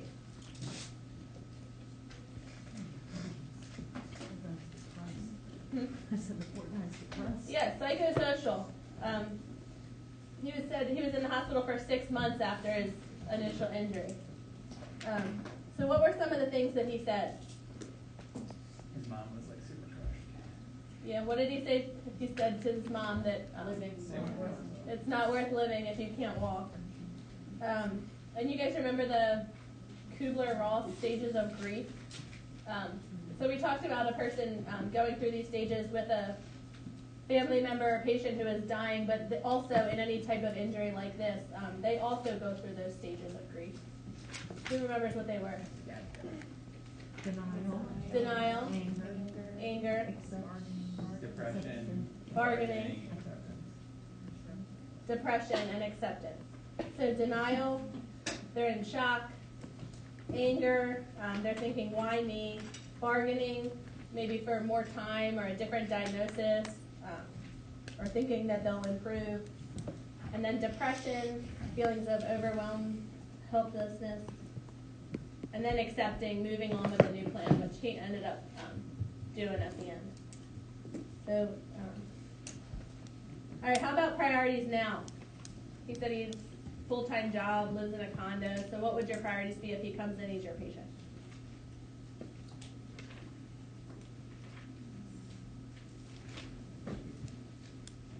Helping him maintain his independent lifestyle at home, making sure he's getting in-home services that he needs. Yeah, optimizing mobility. Maybe check like his like skin integrity in places that he can't like check, like his like sacrum and like other spots. Yeah, skin integrity, preventing pressure ulcers. He's quadriplegic. Nutrition. Yeah. Infection. He probably caps himself. Yeah. He said he has no hand and finger function, so he needs assistance with the bathroom, getting in and out of the shower, cooking. He mentioned he has a Hoyer lift at home, so figuring out what other home care supplies he needs: a shower chair, wheelchair ramp, etc. Musculoskeletal, we need to prevent contractures. How will we do that?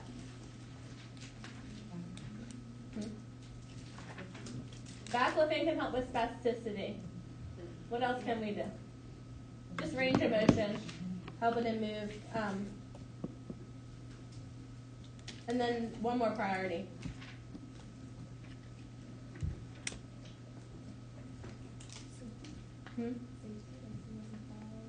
Yeah, safety is good. Also, psychosocial.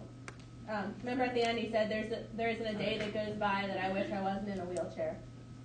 So still he's at risk for depression. The first year is the hardest, and making sure that he has a good support system, or anyone with a spinal cord injury. And then he said this injury is 90% mental, 10% physical. So we need to help with coping, keeping their mind off things, focus on moving ahead, finding what makes them happy, and helping them adapt to how they can do it now that they're paralyzed. And he said, relying on others and asking for help, which people usually don't like to do. So making sure you tell them that that is their new lifestyle. So get help. All right. Any other questions about spinal cord injury? Talked about it a lot. All right, let's do some practice questions. So just work with a partner and come, either you or your partner, come grab one of these numbers so you guys can answer the question. Are you going to pass them around? Yes. That's easier. Also, I picked that because I thought that will help them do it on their own. Good luck doing it independently. Yeah, all of these are going to help, but the book says. Yeah. But which one is it? 3. Because you want them to do it on their own. So patience. Jessica mentioned having patience. The guy that called the unit and had Parkinson's. I think if you focus on the family part, because the family members don't all have to be the ones obtaining the assistive devices. So, like, what can they specifically do? For the record, reflect that this would have been nullified if it was test, so. Yeah, it would have that's been true. nullified because everyone picked 4 except our 2 people in the front. So, all right. The nurse admitting a client who is in a motor vehicle crash is concerned that the client has a spinal cord injury with spinal shock. What assessment finding would cause this concern? Select all that apply. So just hold all the numbers up that you would pick. 5, 4, 3. Okay, let's hold up 1, 3, 4, 5.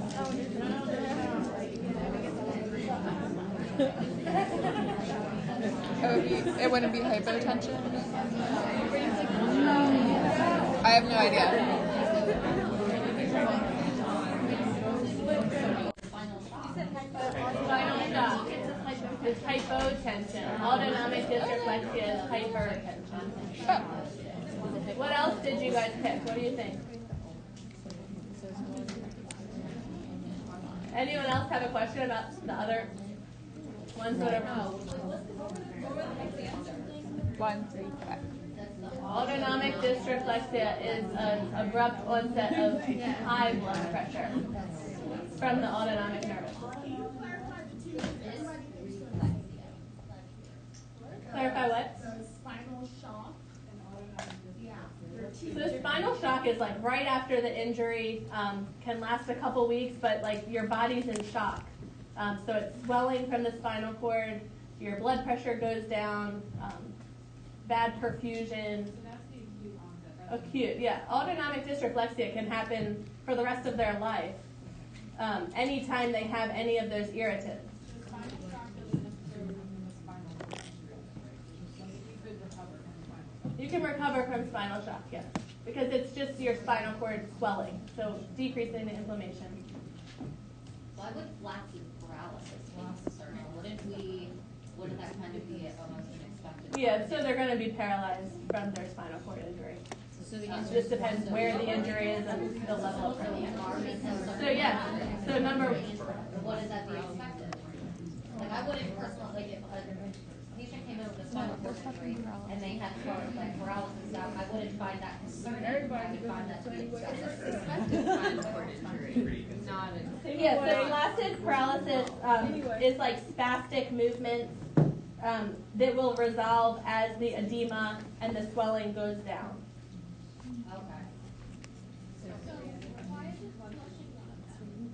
So what did we say flushing was? Yeah. So you have flushed cheeks with autonomic dysreflexia. 1, 3, and 5.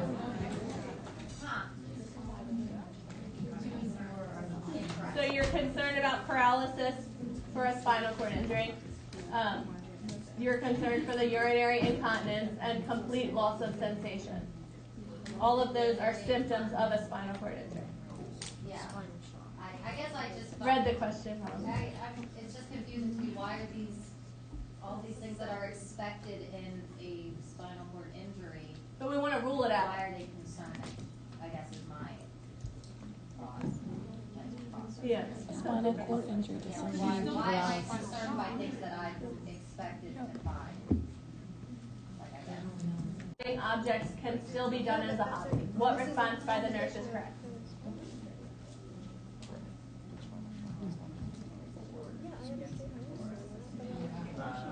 Four. Four. All right, good. 4, assisting client in identifying modifications that may be needed. Good job, team. So continue what they enjoy, help them figure out modifications for their current hobby. A client with a spinal cord injury is scheduled to receive a high dose of methylprednisolone. Which reason does the nurse recognize for administering this medication?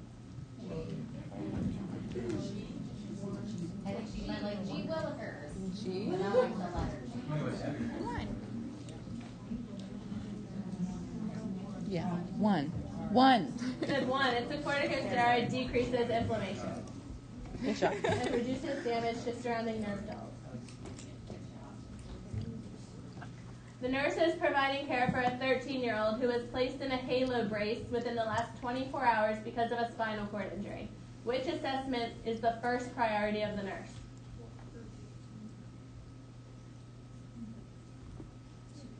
Two.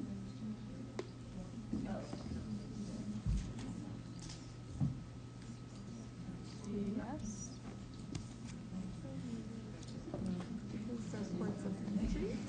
Most people pick 2. Anyone else have something different? That's correct. But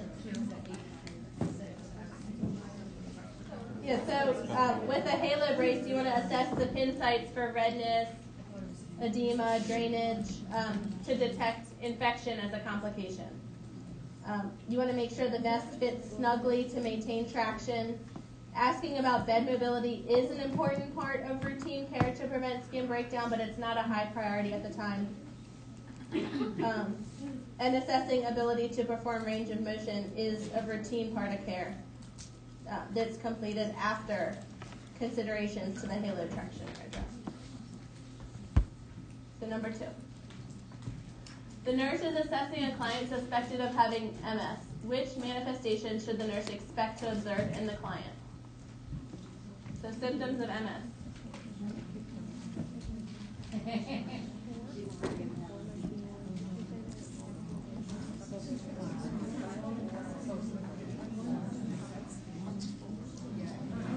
Oh, good. Look at you. Not 3. Select all and apply. I don't know. I don't have the thing in front of me. I don't think level of consciousness. What about their heart rate? Is that on there? I don't see anything. And what about... Oh, there is no 6. So I think 1, 4. I'm just going with All right, it. hold up your cards.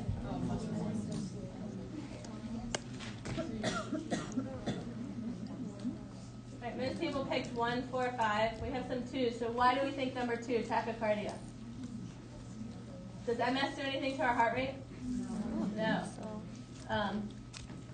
They're super stressed because they have Yeah. Do they have decreased level of consciousness? No. So 1, 4, 5. Spastic movements, double vision, and lack of coordination.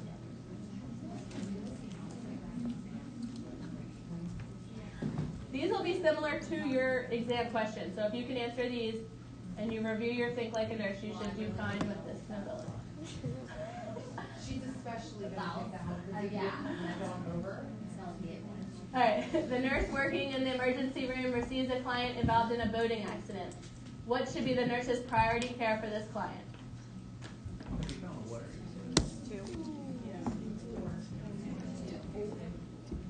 2. Approval? Yeah. Okay.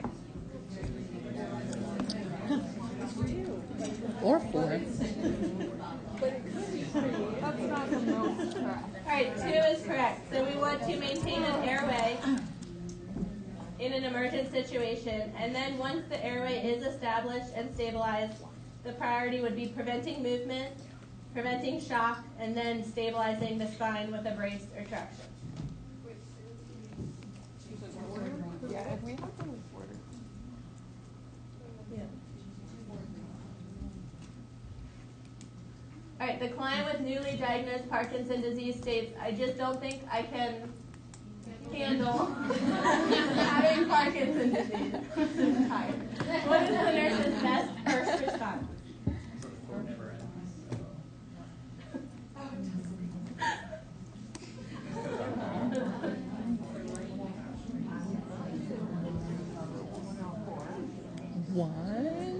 Is it 1 or 3?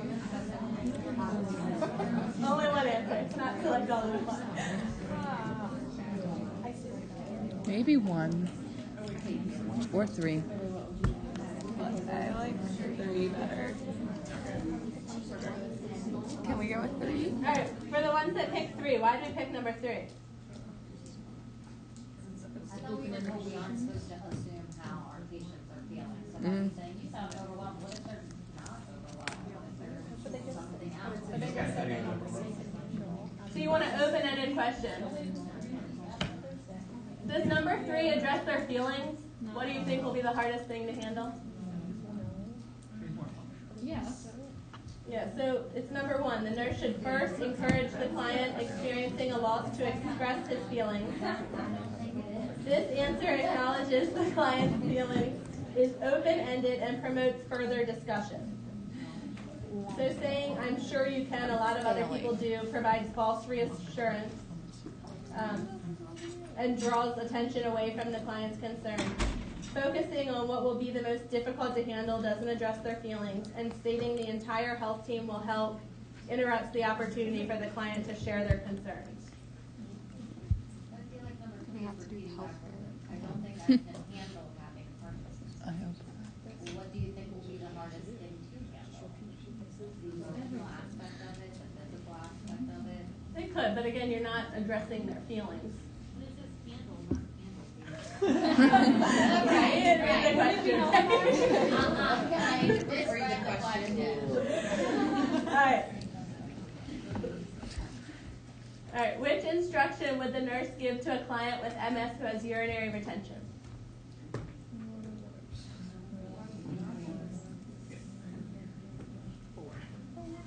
Four. Can you give us this question? Right, this one. Anyone pick anything different than 4? Good job. Great. They can be that level of difficulty for all folks. All right, the nurse is explaining signs and symptoms of complications of Parkinson's disease 1. to a client with Parkinson's and their family. The nurse includes which potential patient risk related to Parkinson's in the explanation? 1. I agree. Uno. Even Good, though 1. So they're at risk you for left me postural out. instability. Yeah. Oh. From Got their excited. stiff posture that can lead to balance problems and falls. Hearing deficits are not associated with the disease. And while the client could feel violent urges, weakness would prevent any real threat. Part of your rationale. That's not true. They could scratch you. No, I know someone with Parkinson's They're more and likely because to of experience medication, I think they have like dehydration more from mental dysphagia side effects, than and he's overhydration. attacked his wife. Oh my god. Yeah. All right, select all that apply. What goal is appropriate for the nurse to set for a client with MS?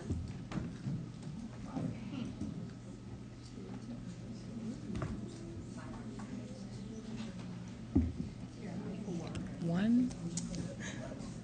5. 2.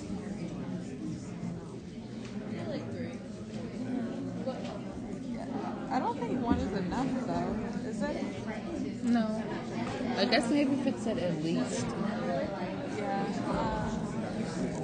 Is diarrhea a thing?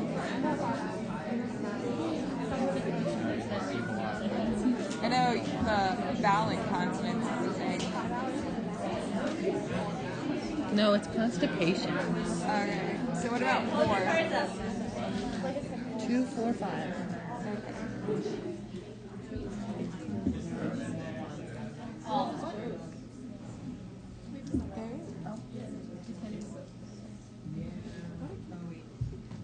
Yeah, so most people have 2, 4, and 5. Which is correct. Why is number 1 not correct? That's not enough. 5 hours of sleep is not enough because fatigue can trigger an exacerbation. Why is number 3 not correct? Constipation. Right. Good. I thought you said it could be either. It could, but most likely constipation. It can be either. It can be retention or overactive bladder for GU. For GI, it could be constipation or diarrhea. MS is completely different for every single person. Everything can be all the stuff. My MS patient has diarrhea. If they have diarrhea, yes, we want them to tell us how they're going from it. Look how Not feeling very comfortable. Yeah, so it's you're doing good. No, we just made it. You know all the stuff. 2, 4, and 5, but yes, I could see how you would say number 3. Nullify. All right, we're going to change it up a little bit. So, a client with Parkinson's disease complains of increased tremor while eating. What action should the nurse recommend? No. So I'm going to pull a stick, but I want you to tell me a wrong answer that we would take away. Oh. Alexa, give me a wrong answer. 3. All right, 3. Why don't we want to have someone feed them? All right, perfect. Felicia, a wrong answer. 2. Why don't we want them to use their non-dominant hand? Because it's their non-dominant hand. It's weaker. It's not the most correct. Who knows why we don't want them to use their non-dominant hand? Would they have more trouble with their non-dominant hand or avoiding the problem? Jessica? It's already hard enough for them to use their dominant hand. Yeah. I wish I had more snacks. Honestly. Yeah, so they're not going to have coordination in their non-dominant hand. They're going to lack coordination. So that's not correct. And then Amber Walker. What else is not correct? 1. Why don't we want to liquefy all their meals? Because it's gross. Huh? Because it's gross. If they still can eat food, they should do that. Aspiration precautions, yeah, she needs thick liquids, but you also, right, yeah. So the correct answer is number 4, holding a piece of bread in the opposite hand or purposeful movement to decrease tremors while eating. Amy talked about in the beginning of All right, which important point would the nurse include in a teaching program for a young adult with MS? Abby, what's the wrong answer? 2. Right, so 2 is wrong. Brittany Radley, wrong answer.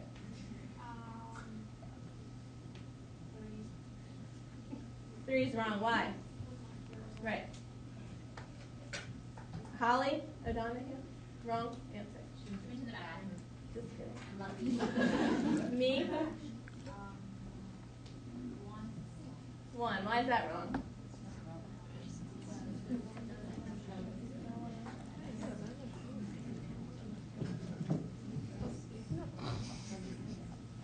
What'd you say? And it could be applicable to any patient, not just a patient with MS. So our right answer is 4. It's important to avoid stress, extreme heat and cold, to decrease an exacerbation. The nurse is working in a long-term care facility with an older adult population. The nurse is aware that spinal cord injuries in older adults are often caused by what situation? Falls. Okay. 3. All right, falls. Anyone have anything different? Falls because we push them. Yeah, falls is the second most common for spinal cord. When older adults try to You're right. Just let it go. We got a couple more minutes. The nurse and the client with suspected Parkinson disease are discussing the client's symptoms. The client asks what causes the symptoms. Best response by the nurse. 2. All right, give me a wrong answer. Erin. A genetic defect, All right, 4 is wrong. Why? because it could be a combination of factors. Yeah, we don't really know what causes it. Good. So I do. Wrong answer. So number 3 is wrong. Why?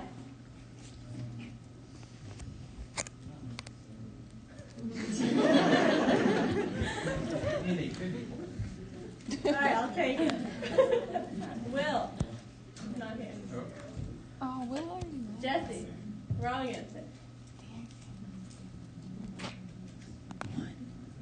It's either 1 or 2.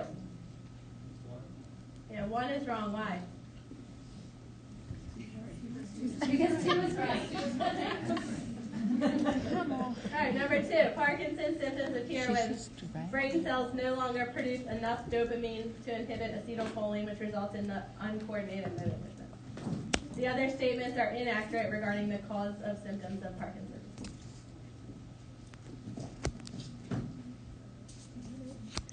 The nurse provides care for a client who was placed in a halo brace within the last 24 hours. Oh my God. She's really trying to stop. I was tired. Did we do this one? Yes. No. A client has been diagnosed with relapsing remitting MS. Which statement by the nurse most accurately explains to the client the onset of symptoms?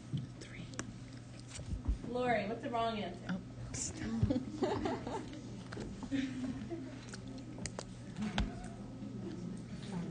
Which one's wrong? The answer.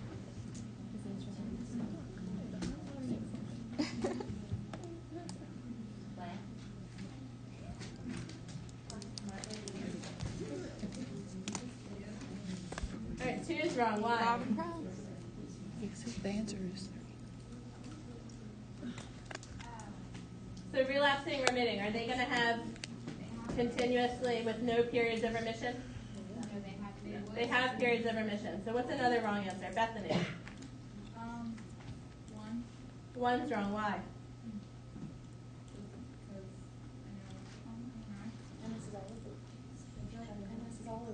Because you can get symptoms anytime. Yeah. So they're going to have symptoms, good periods, bad periods. Megan, the other wrong answer. Four is wrong. Why?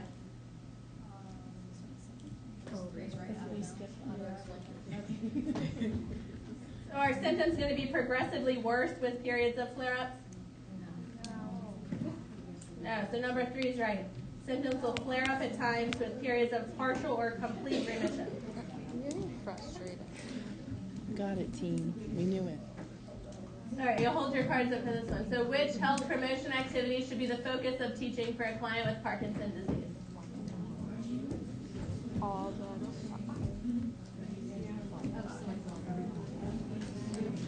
Oh, 1, 2, 3. 1, 2, 3, and 5. Yeah.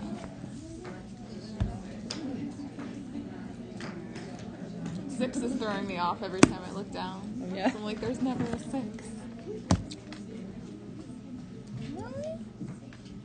Good, so all but 4. We don't want to avoid exercise. Perfect. The nurse is evaluating the communication abilities of a client with Parkinson's disease and determines that outcomes have been met when which behavior is demonstrated.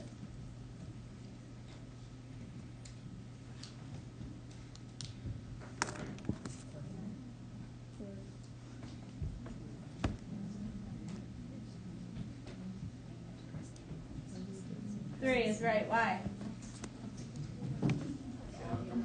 Is that what you hold So on? one of their goals is effective communication. So taking 10 minutes to speak the nurse's name is not effective communication. Just stopping to talk because they're frustrated or letting a family member speak is not what we want them to do.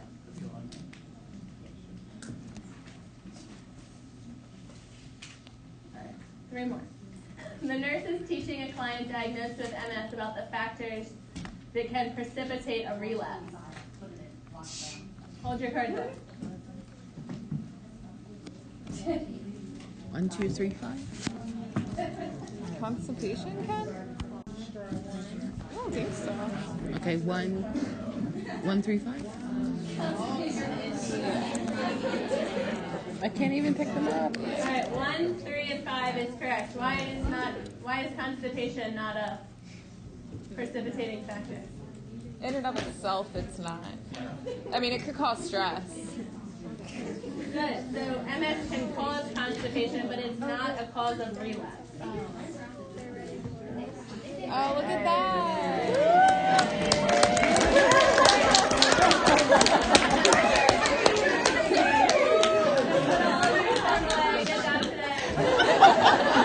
Professor Bell has been trying to drag this out. So bad. Waiting on you guys.